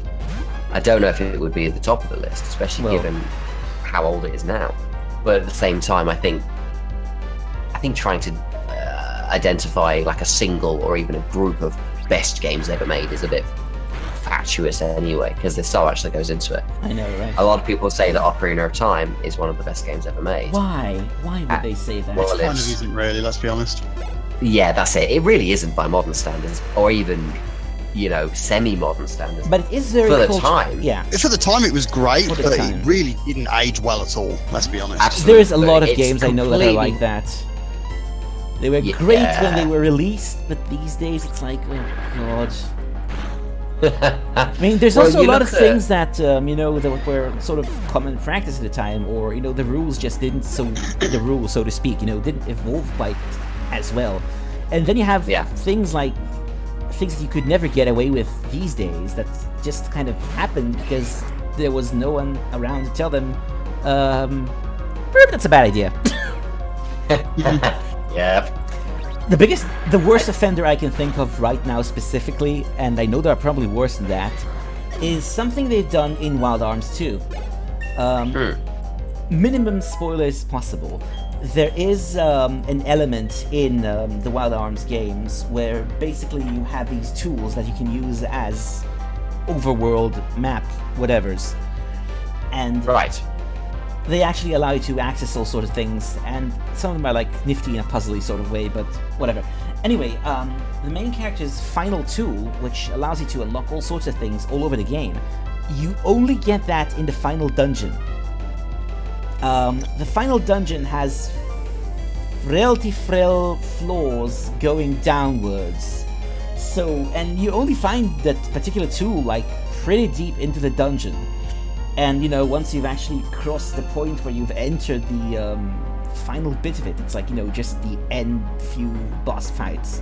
So it's like you have to go down all the way into however deep that particular tool is, get it, then walk all the way back out, run around the entire map to do all these stupid side quests that you can unlock, and or get these items you can, and then you have to walk all the way down there again. And this dungeon is not exactly located in an easy-to-reach location. So it's just a whole lot of backtracking and then doing it over and over again, and, you know, random encounters. And while you can cancel some of them with the way the encounter canceling system in 2 works, it's still really, really tedious. Yeah. And that's one of those things that are like, you know, I love this game, but every time I get to this bit, it's like, why am I playing this again? Yeah, I know what you mean. It's yeah. I don't know where I was going with that. Yeah. Yeah, I think there's a lot of old games with problems like that. It's kind of interesting because there's a lot of games that are kind of considered classics that I don't necessarily think still deserve the title, if you know what I mean. I think there's things like Ocarina of Time, which is a wonderful game for its day, still pretty playable these days, but you're certainly not going to see. I think someone who wasn't subscribed to the hype, shall we say, Yeah. isn't necessarily going to be as fussed about it. If you put them on the title screen, hand them an N64 controller, you know, someone who's never played this game, and there's no particular attachment to it, and you let them play, they're kind of not necessarily going to see what the fuss is all about Yeah, straight away. definitely. I mean, And not just from a graphical point of view.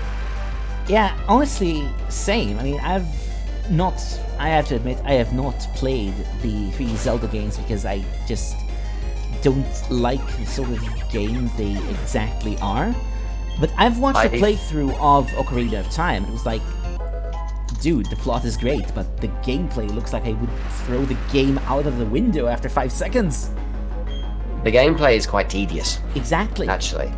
I think this is a pretty hot take, considering, but I think the gameplay is actually really tedious, and I've never managed to finish a Zelda game of that era.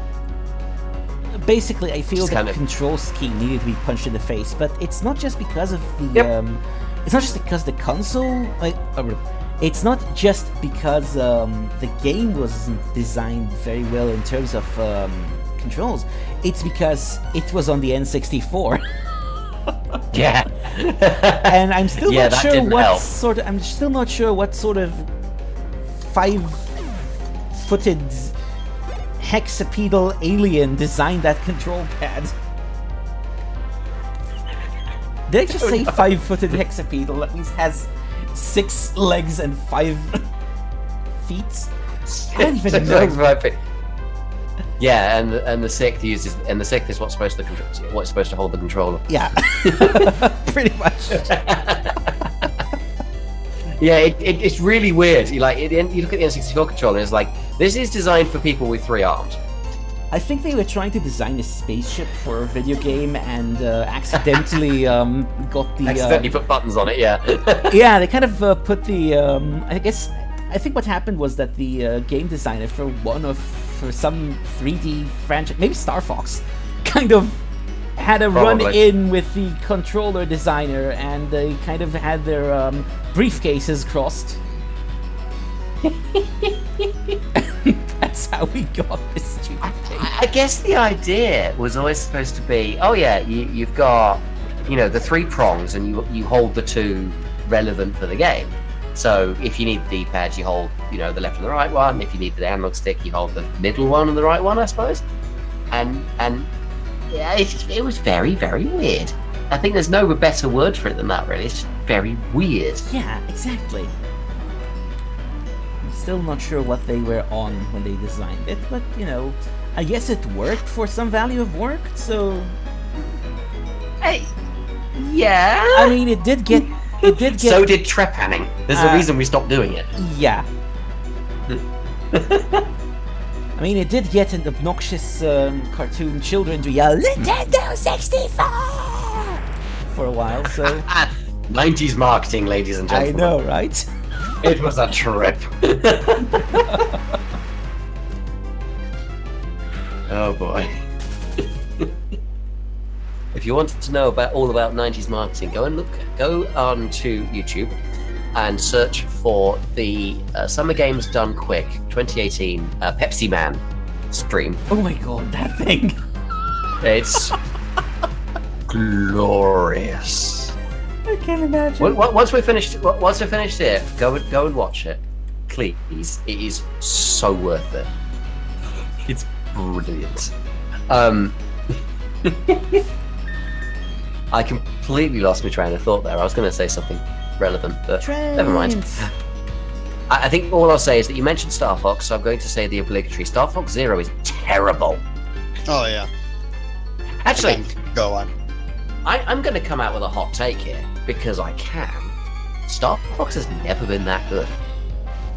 It's never been amazing. Their high point was Lilac Wars, which was fun, but nothing special, let's be honest. Yeah, I think what ended up happening was that they made Star Fox on the SNES, and it was good. And they made Lilac Wars on the N64, and that was better. That was taking the same concept, but doing it, pretty much perfectly, I think. As best as the formula can be done. And ever since, they've been trying to just do the same thing all over again. And Probably. never really making anything better than Lilac Wars or Star Fox 64 if you're not European. So, and obviously there is one major exception to that, but it's not even a Star Fox game, so, Yeah. which was Star Fox Adventure, which I'd like to talk about again in a little bit. But in terms of actual Star Wars games that were always intended to be Star Wars games, Star Wars? Star Fox, sorry. Star Wars. There's a crossover for the ages. Help me, Slippy Toad. You're my only hope.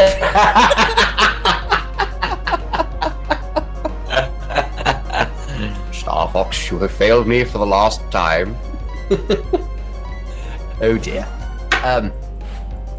Yeah. I don't think they've ever managed to make a Star Fox game that is better than Star Fox 64 or Lilac Wars. I don't necessarily think they've made a game that's as good either. I know that, was it Star Fox Command? It's a game that I've heard good things about, but I literally don't know anyone who's ever played it. Star Fox Command, Star Fox Assault, I can't remember. The second DS one, anyway. And then you have the abomination that is Star Fox Zero. I'm still not game sure that- what exactly they were trying to do with that one. I mean, it's... I think it came from I think Nintendo basically decided that they desperately needed a game that actually used the Wii U's gimmicks.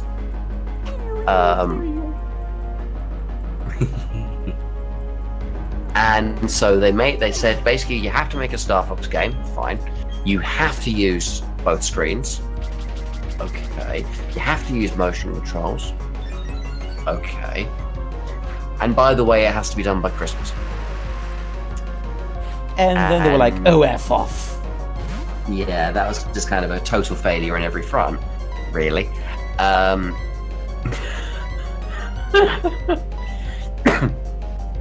And I think if they'd taken out the dual screen mechanic, which was just terrible, it was never going to work.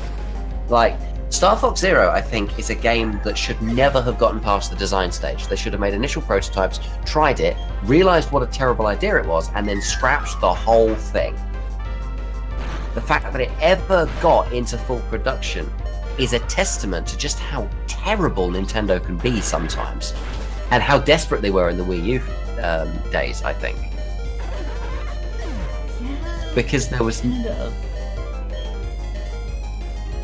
I don't think there was any benefit to them forcing Star Fox to be released in the state that it was.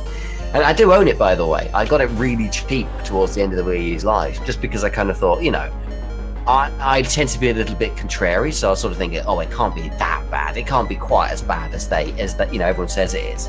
It was. It really Oh, was. But I dear can just viewer, hear that it in Ron was. Howard's voice. Yes, dear viewer, I made a terrible mistake. Yes, exactly. Not for the first or the last time, it has to be said. But like, it really was. Like, it was not a terrible game underneath. Like, if they'd let you play it with a Pro Controller, it would have been fine. You know, it's still got the kind of on railsy shooting gallery sort of appeal of the original Star Fox games. But they've done that 5 or 6 times now, and it's always worked fine, and it's never been improved on. You know. Pretty much. I mean, wasn't Zero basically just a remake of 64, but with stupid chicken walker mechanic tagged onto it? Yeah, it was the soft reboot. I think it was the idea. I don't know. I didn't pay too much attention to the story, but I think the idea was that it roughly followed the story of the first one. Roughly superseded it for whatever reason. There was like a cool anime opening and everything. It's just.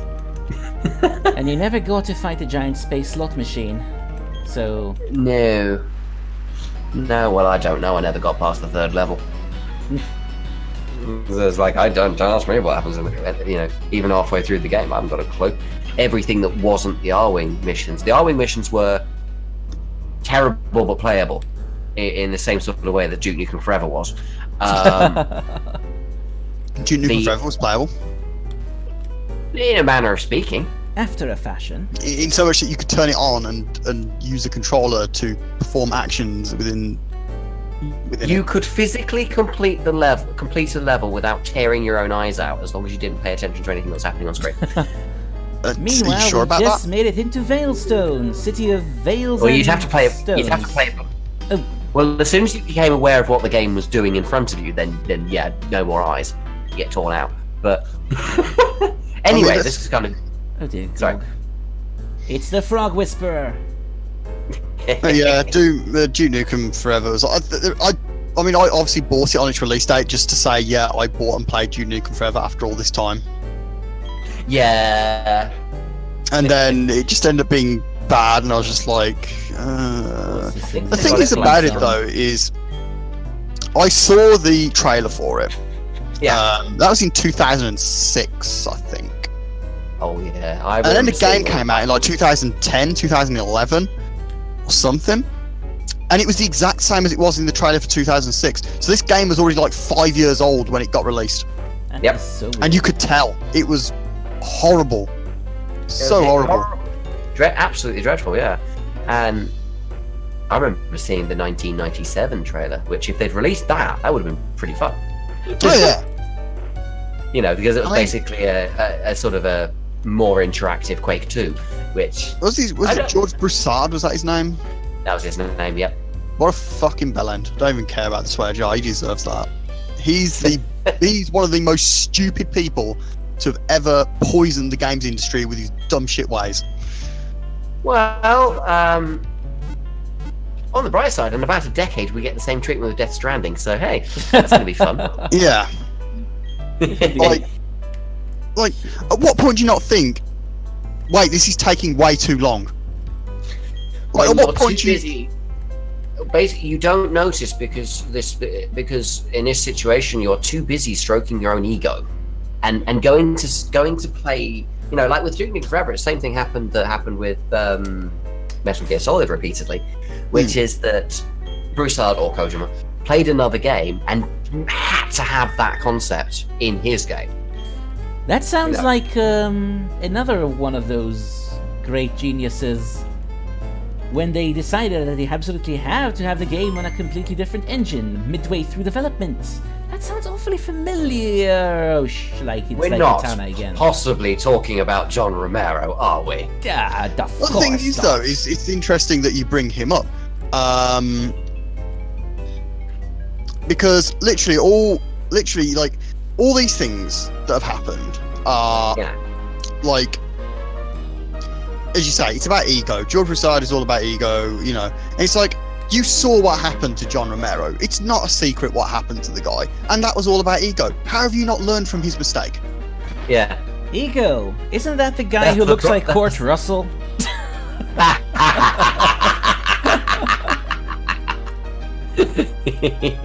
Oh, they changed this, Jim. Yeah, Sorry, they can I did. actually talk about the game for a second?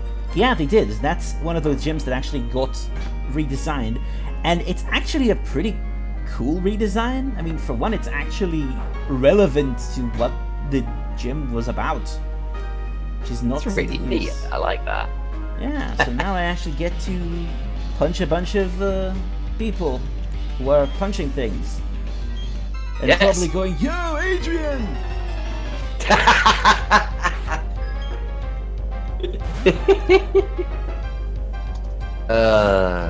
Let's see how they Sorry. let's see how they manage to punch a balloon.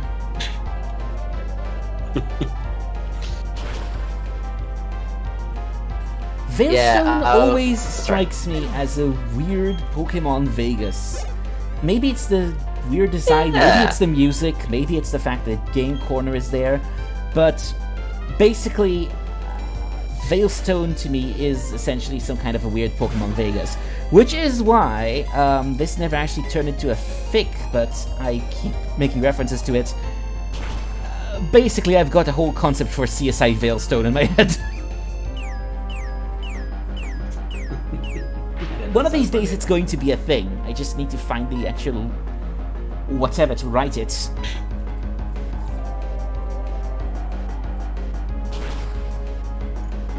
Oh, ain't that the truth?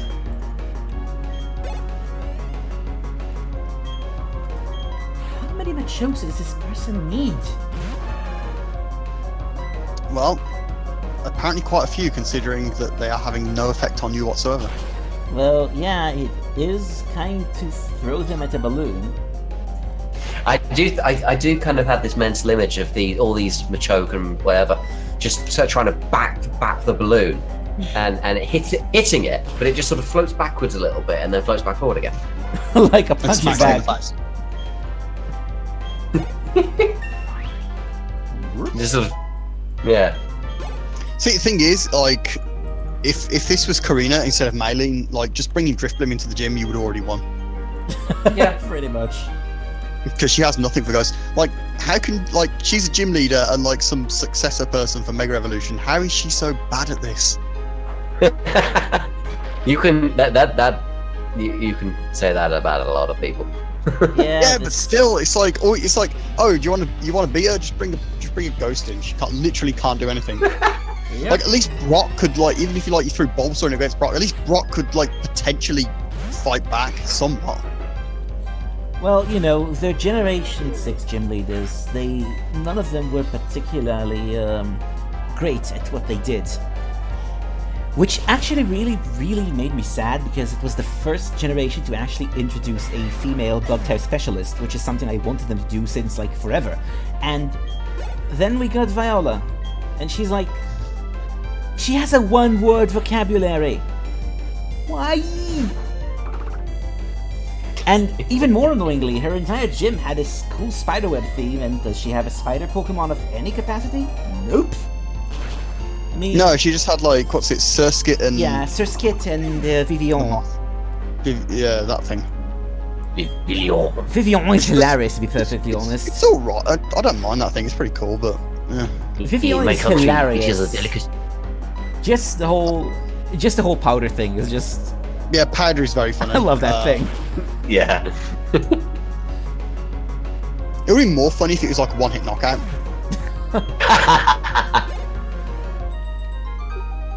That would be broken. I mean, it would be an instant game over because a Pokemon just blew up in your face. Mm-hmm. And probably killed everyone. Snake! What's wrong? Snake! Snake! No, that was Gen 5.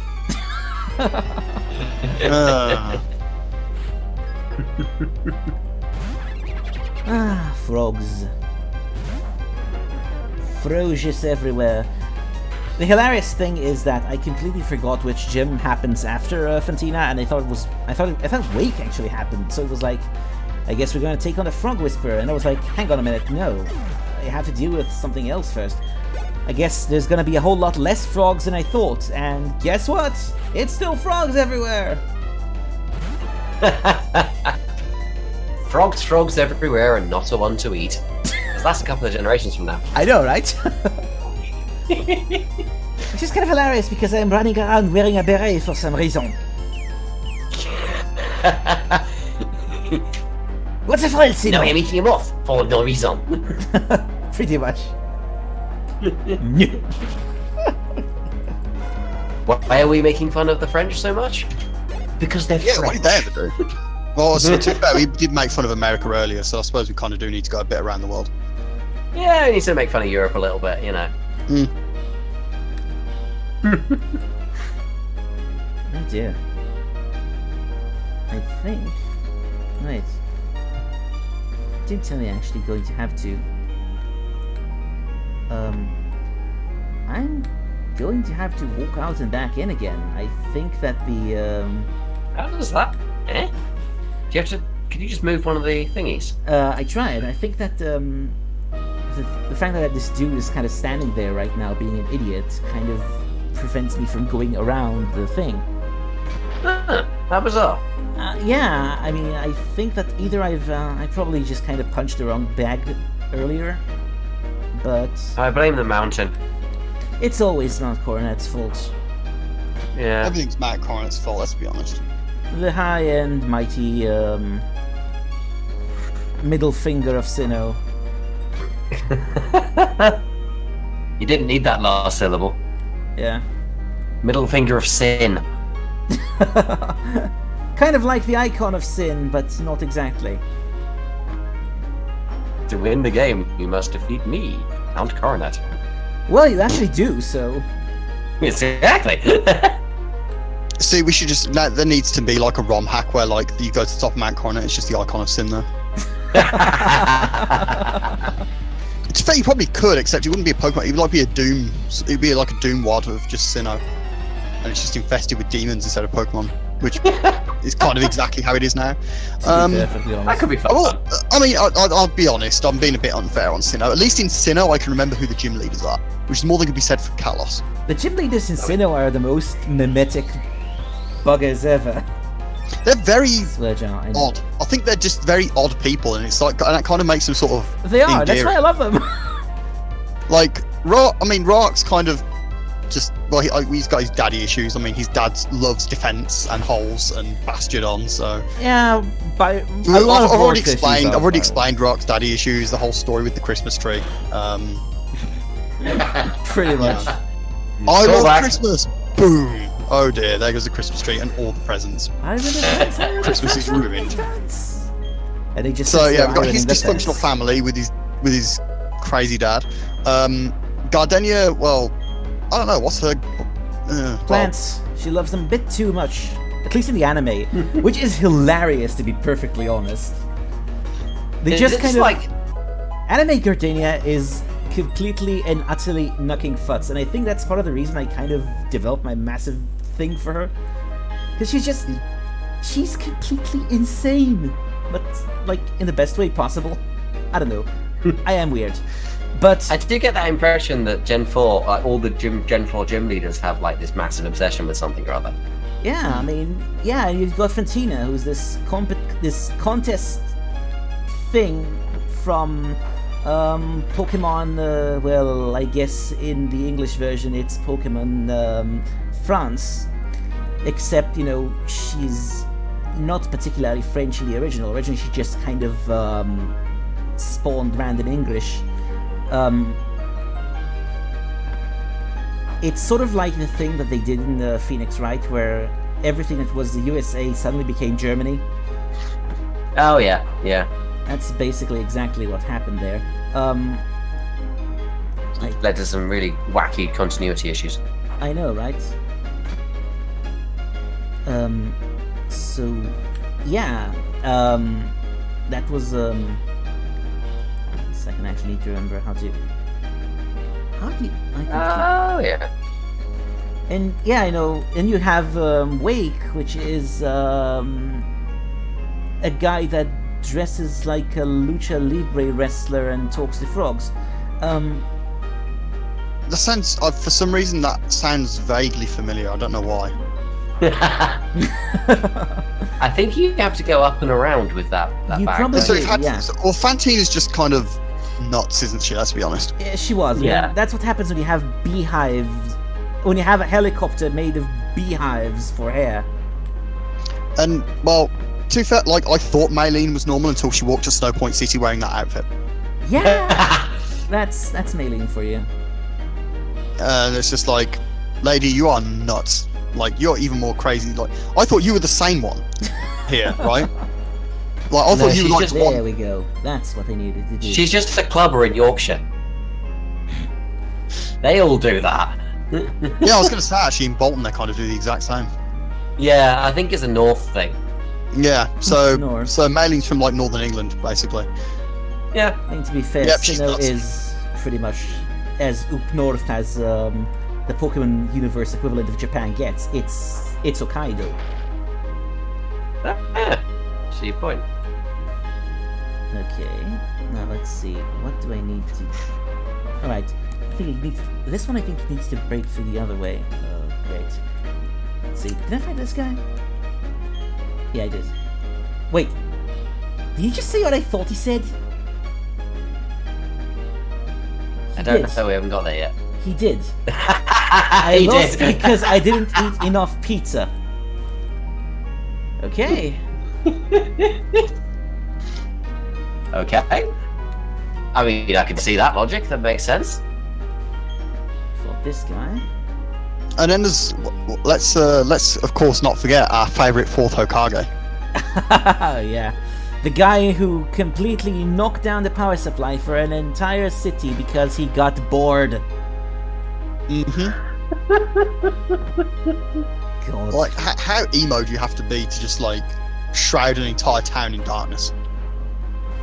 Volkner is special. Yeah. Yeah, he's definitely right. I never... I'll tell you what, for how straightforward, you know, Maylene's supposed to be in the whole fun thing, her gym is a maze and a half, isn't it? Isn't it? Just a Just. bit, yeah. I don't mind mostly- it so much. I mostly just kind of pity the poor unfortunate fools who have to restack all these tires Yeah. every time a person walks out of the gym. See, the funny thing is like, I imagine like Maylene herself does it, considering how quickly they're stacked back up again as soon as you like leave the door. Probably. Now we're If you gonna just go punch straight these up out at of the the point, way. don't you? And this is actually a really good timing because I just noticed the time, so we're going to deal with her and then we are going to end this. It'd Cool. be quite funny if she like wins now. She probably won't. I mean, I don't think she's got anything that she can really easily beat with. Yeah, the only threat her team possibly has is that Lucario. Yeah, and to be honest, like, Excuse me. I think you've got enough to kind of get around that. I probably do. I think Drifblim should be fine against Lucario, unless Lucario's got like some sort of dark or rock move that I don't know about. But even then, I don't think it does. it did, no. Yay! Good Doom grief, downloads here. Netch is just a serial murderer.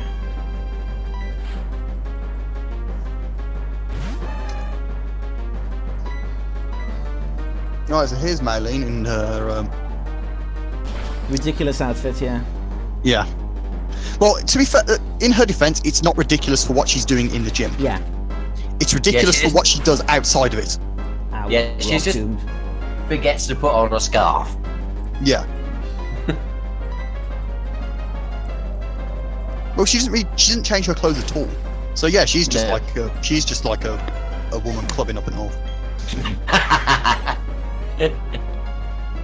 I mean, in their defense, they tend to be their blood alcohol content tends to be so high that they just don't notice.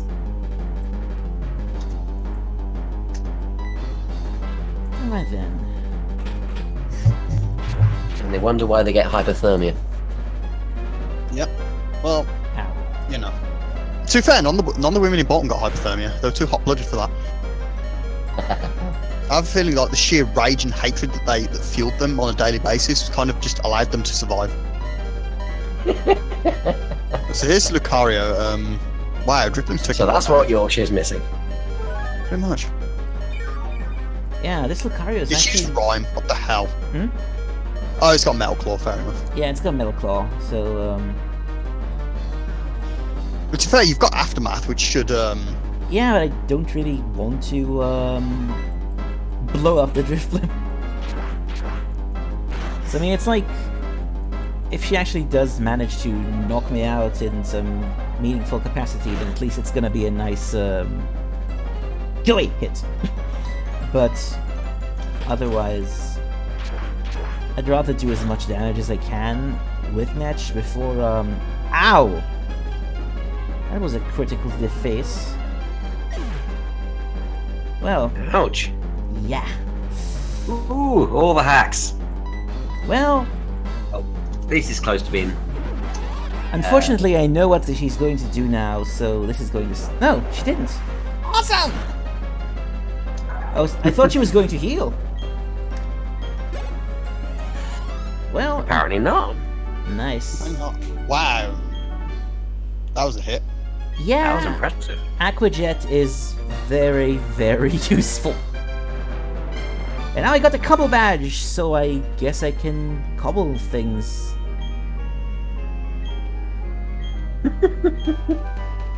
Congratulations, you are now a cobbler. I was about to say that. Bit of a Is there a shoo-in, certain isn't it? irony to Maylene being defeated by Vidal? Just a bit. Like, imagine if Maylene's dad was actually Hercule. Oh god. I can somehow see that. I could. I could actually picture that. Even though her dad's apparently like some gambling drunk or something like that. I'd prefer for that. I'd prefer to, like, that's not true. That never happened. Yeah, her dad's Hercule. Oh, Oh, right. She can't explain what it means to be strong. Ask Jiren, he'll tell you.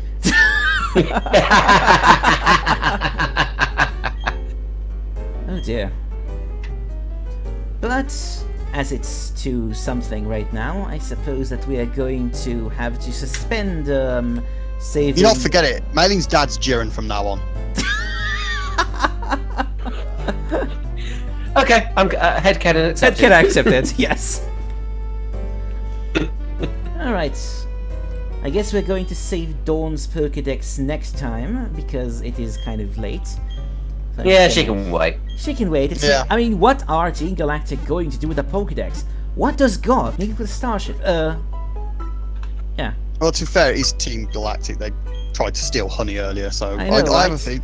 You, I have a feeling they're just secretly like kleptomaniacs. I mean, secretly, honestly, Does not you seem cannot like it, understand. You cannot grasp the true form of Team Galactic's intentions. Hell, they don't know what it is. They have no idea what they're doing. I know, right? .jpg. Okay, so this was a fair bit of progress, actually. So I'm going to shut this down now. I'm still on Obsidian. We had Teapot and KOL here. And tomorrow Teapot goes back to Unova to take on a Cowboy Land developer. Yes. Same channel, same time as we started. Same terrible puns. That too. And yeah. Yeah. I'm not even sure what I was going to do here. I'm terrible at this whole pretending like I actually know what I'm doing sort of thing as far as streaming goes. But well, to be fair, like I'm going to be going into it like completely not knowing what I'm doing at all. So it's definitely going to be interesting to see what happens when this poison type train wreck of Generation 1 is going to it's either going to be amazing or it's going to be absolutely dreadful. There isn't really going to be an in-between, I don't think. For one thing, it's Generation 1, and Generation 1 is just a mess at the best of times. Second, it's going to be me trying to use OBS, and I'm not very used to it, to be honest with you. I mean, we saw that from the Carmageddon stream. Yeah. Well, OBS is about as well put together as Gen 1, so... Yeah. Maybe it'll cancel we got it itself together out. quite well. That being said, I still think that it's better than XSplit. Oh, probably. Well, that's true. Like, it's going to be something, all right. We're going to say that right in advance. I mean, it's yeah, it's going to be an interesting experience, I would say. Considering, you know, the thing is though, is like the thing is with Gen 1 is doing that kind of run it's kind of difficult just for the fact that most of the types in Generation 1 are very, like all the Pokemon of each individual type are very similar to each other. Like trying to do a mono water run is like whatever, you know. Starmie is the only one that does anything remotely different to any of the others, and maybe Gyarados, but even he kind of just has Hyper Beam on top of everything else. Yeah, I suppose Lapras, maybe? Lapras, maybe. You can teach it Thunderbolt. I think you can teach it Thunderbolt in Generation 1, but other than that, it's still just spamming Surf and Ice Beam.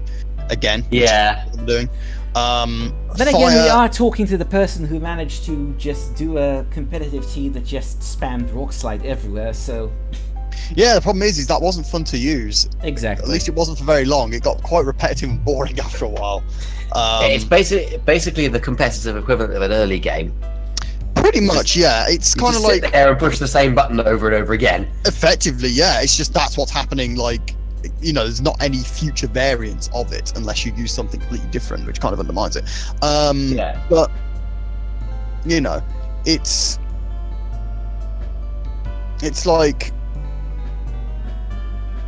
fire again. It's like you're using fire moves and normal moves for your attack, and you've got pretty much no non-offensive moves there that you can really do.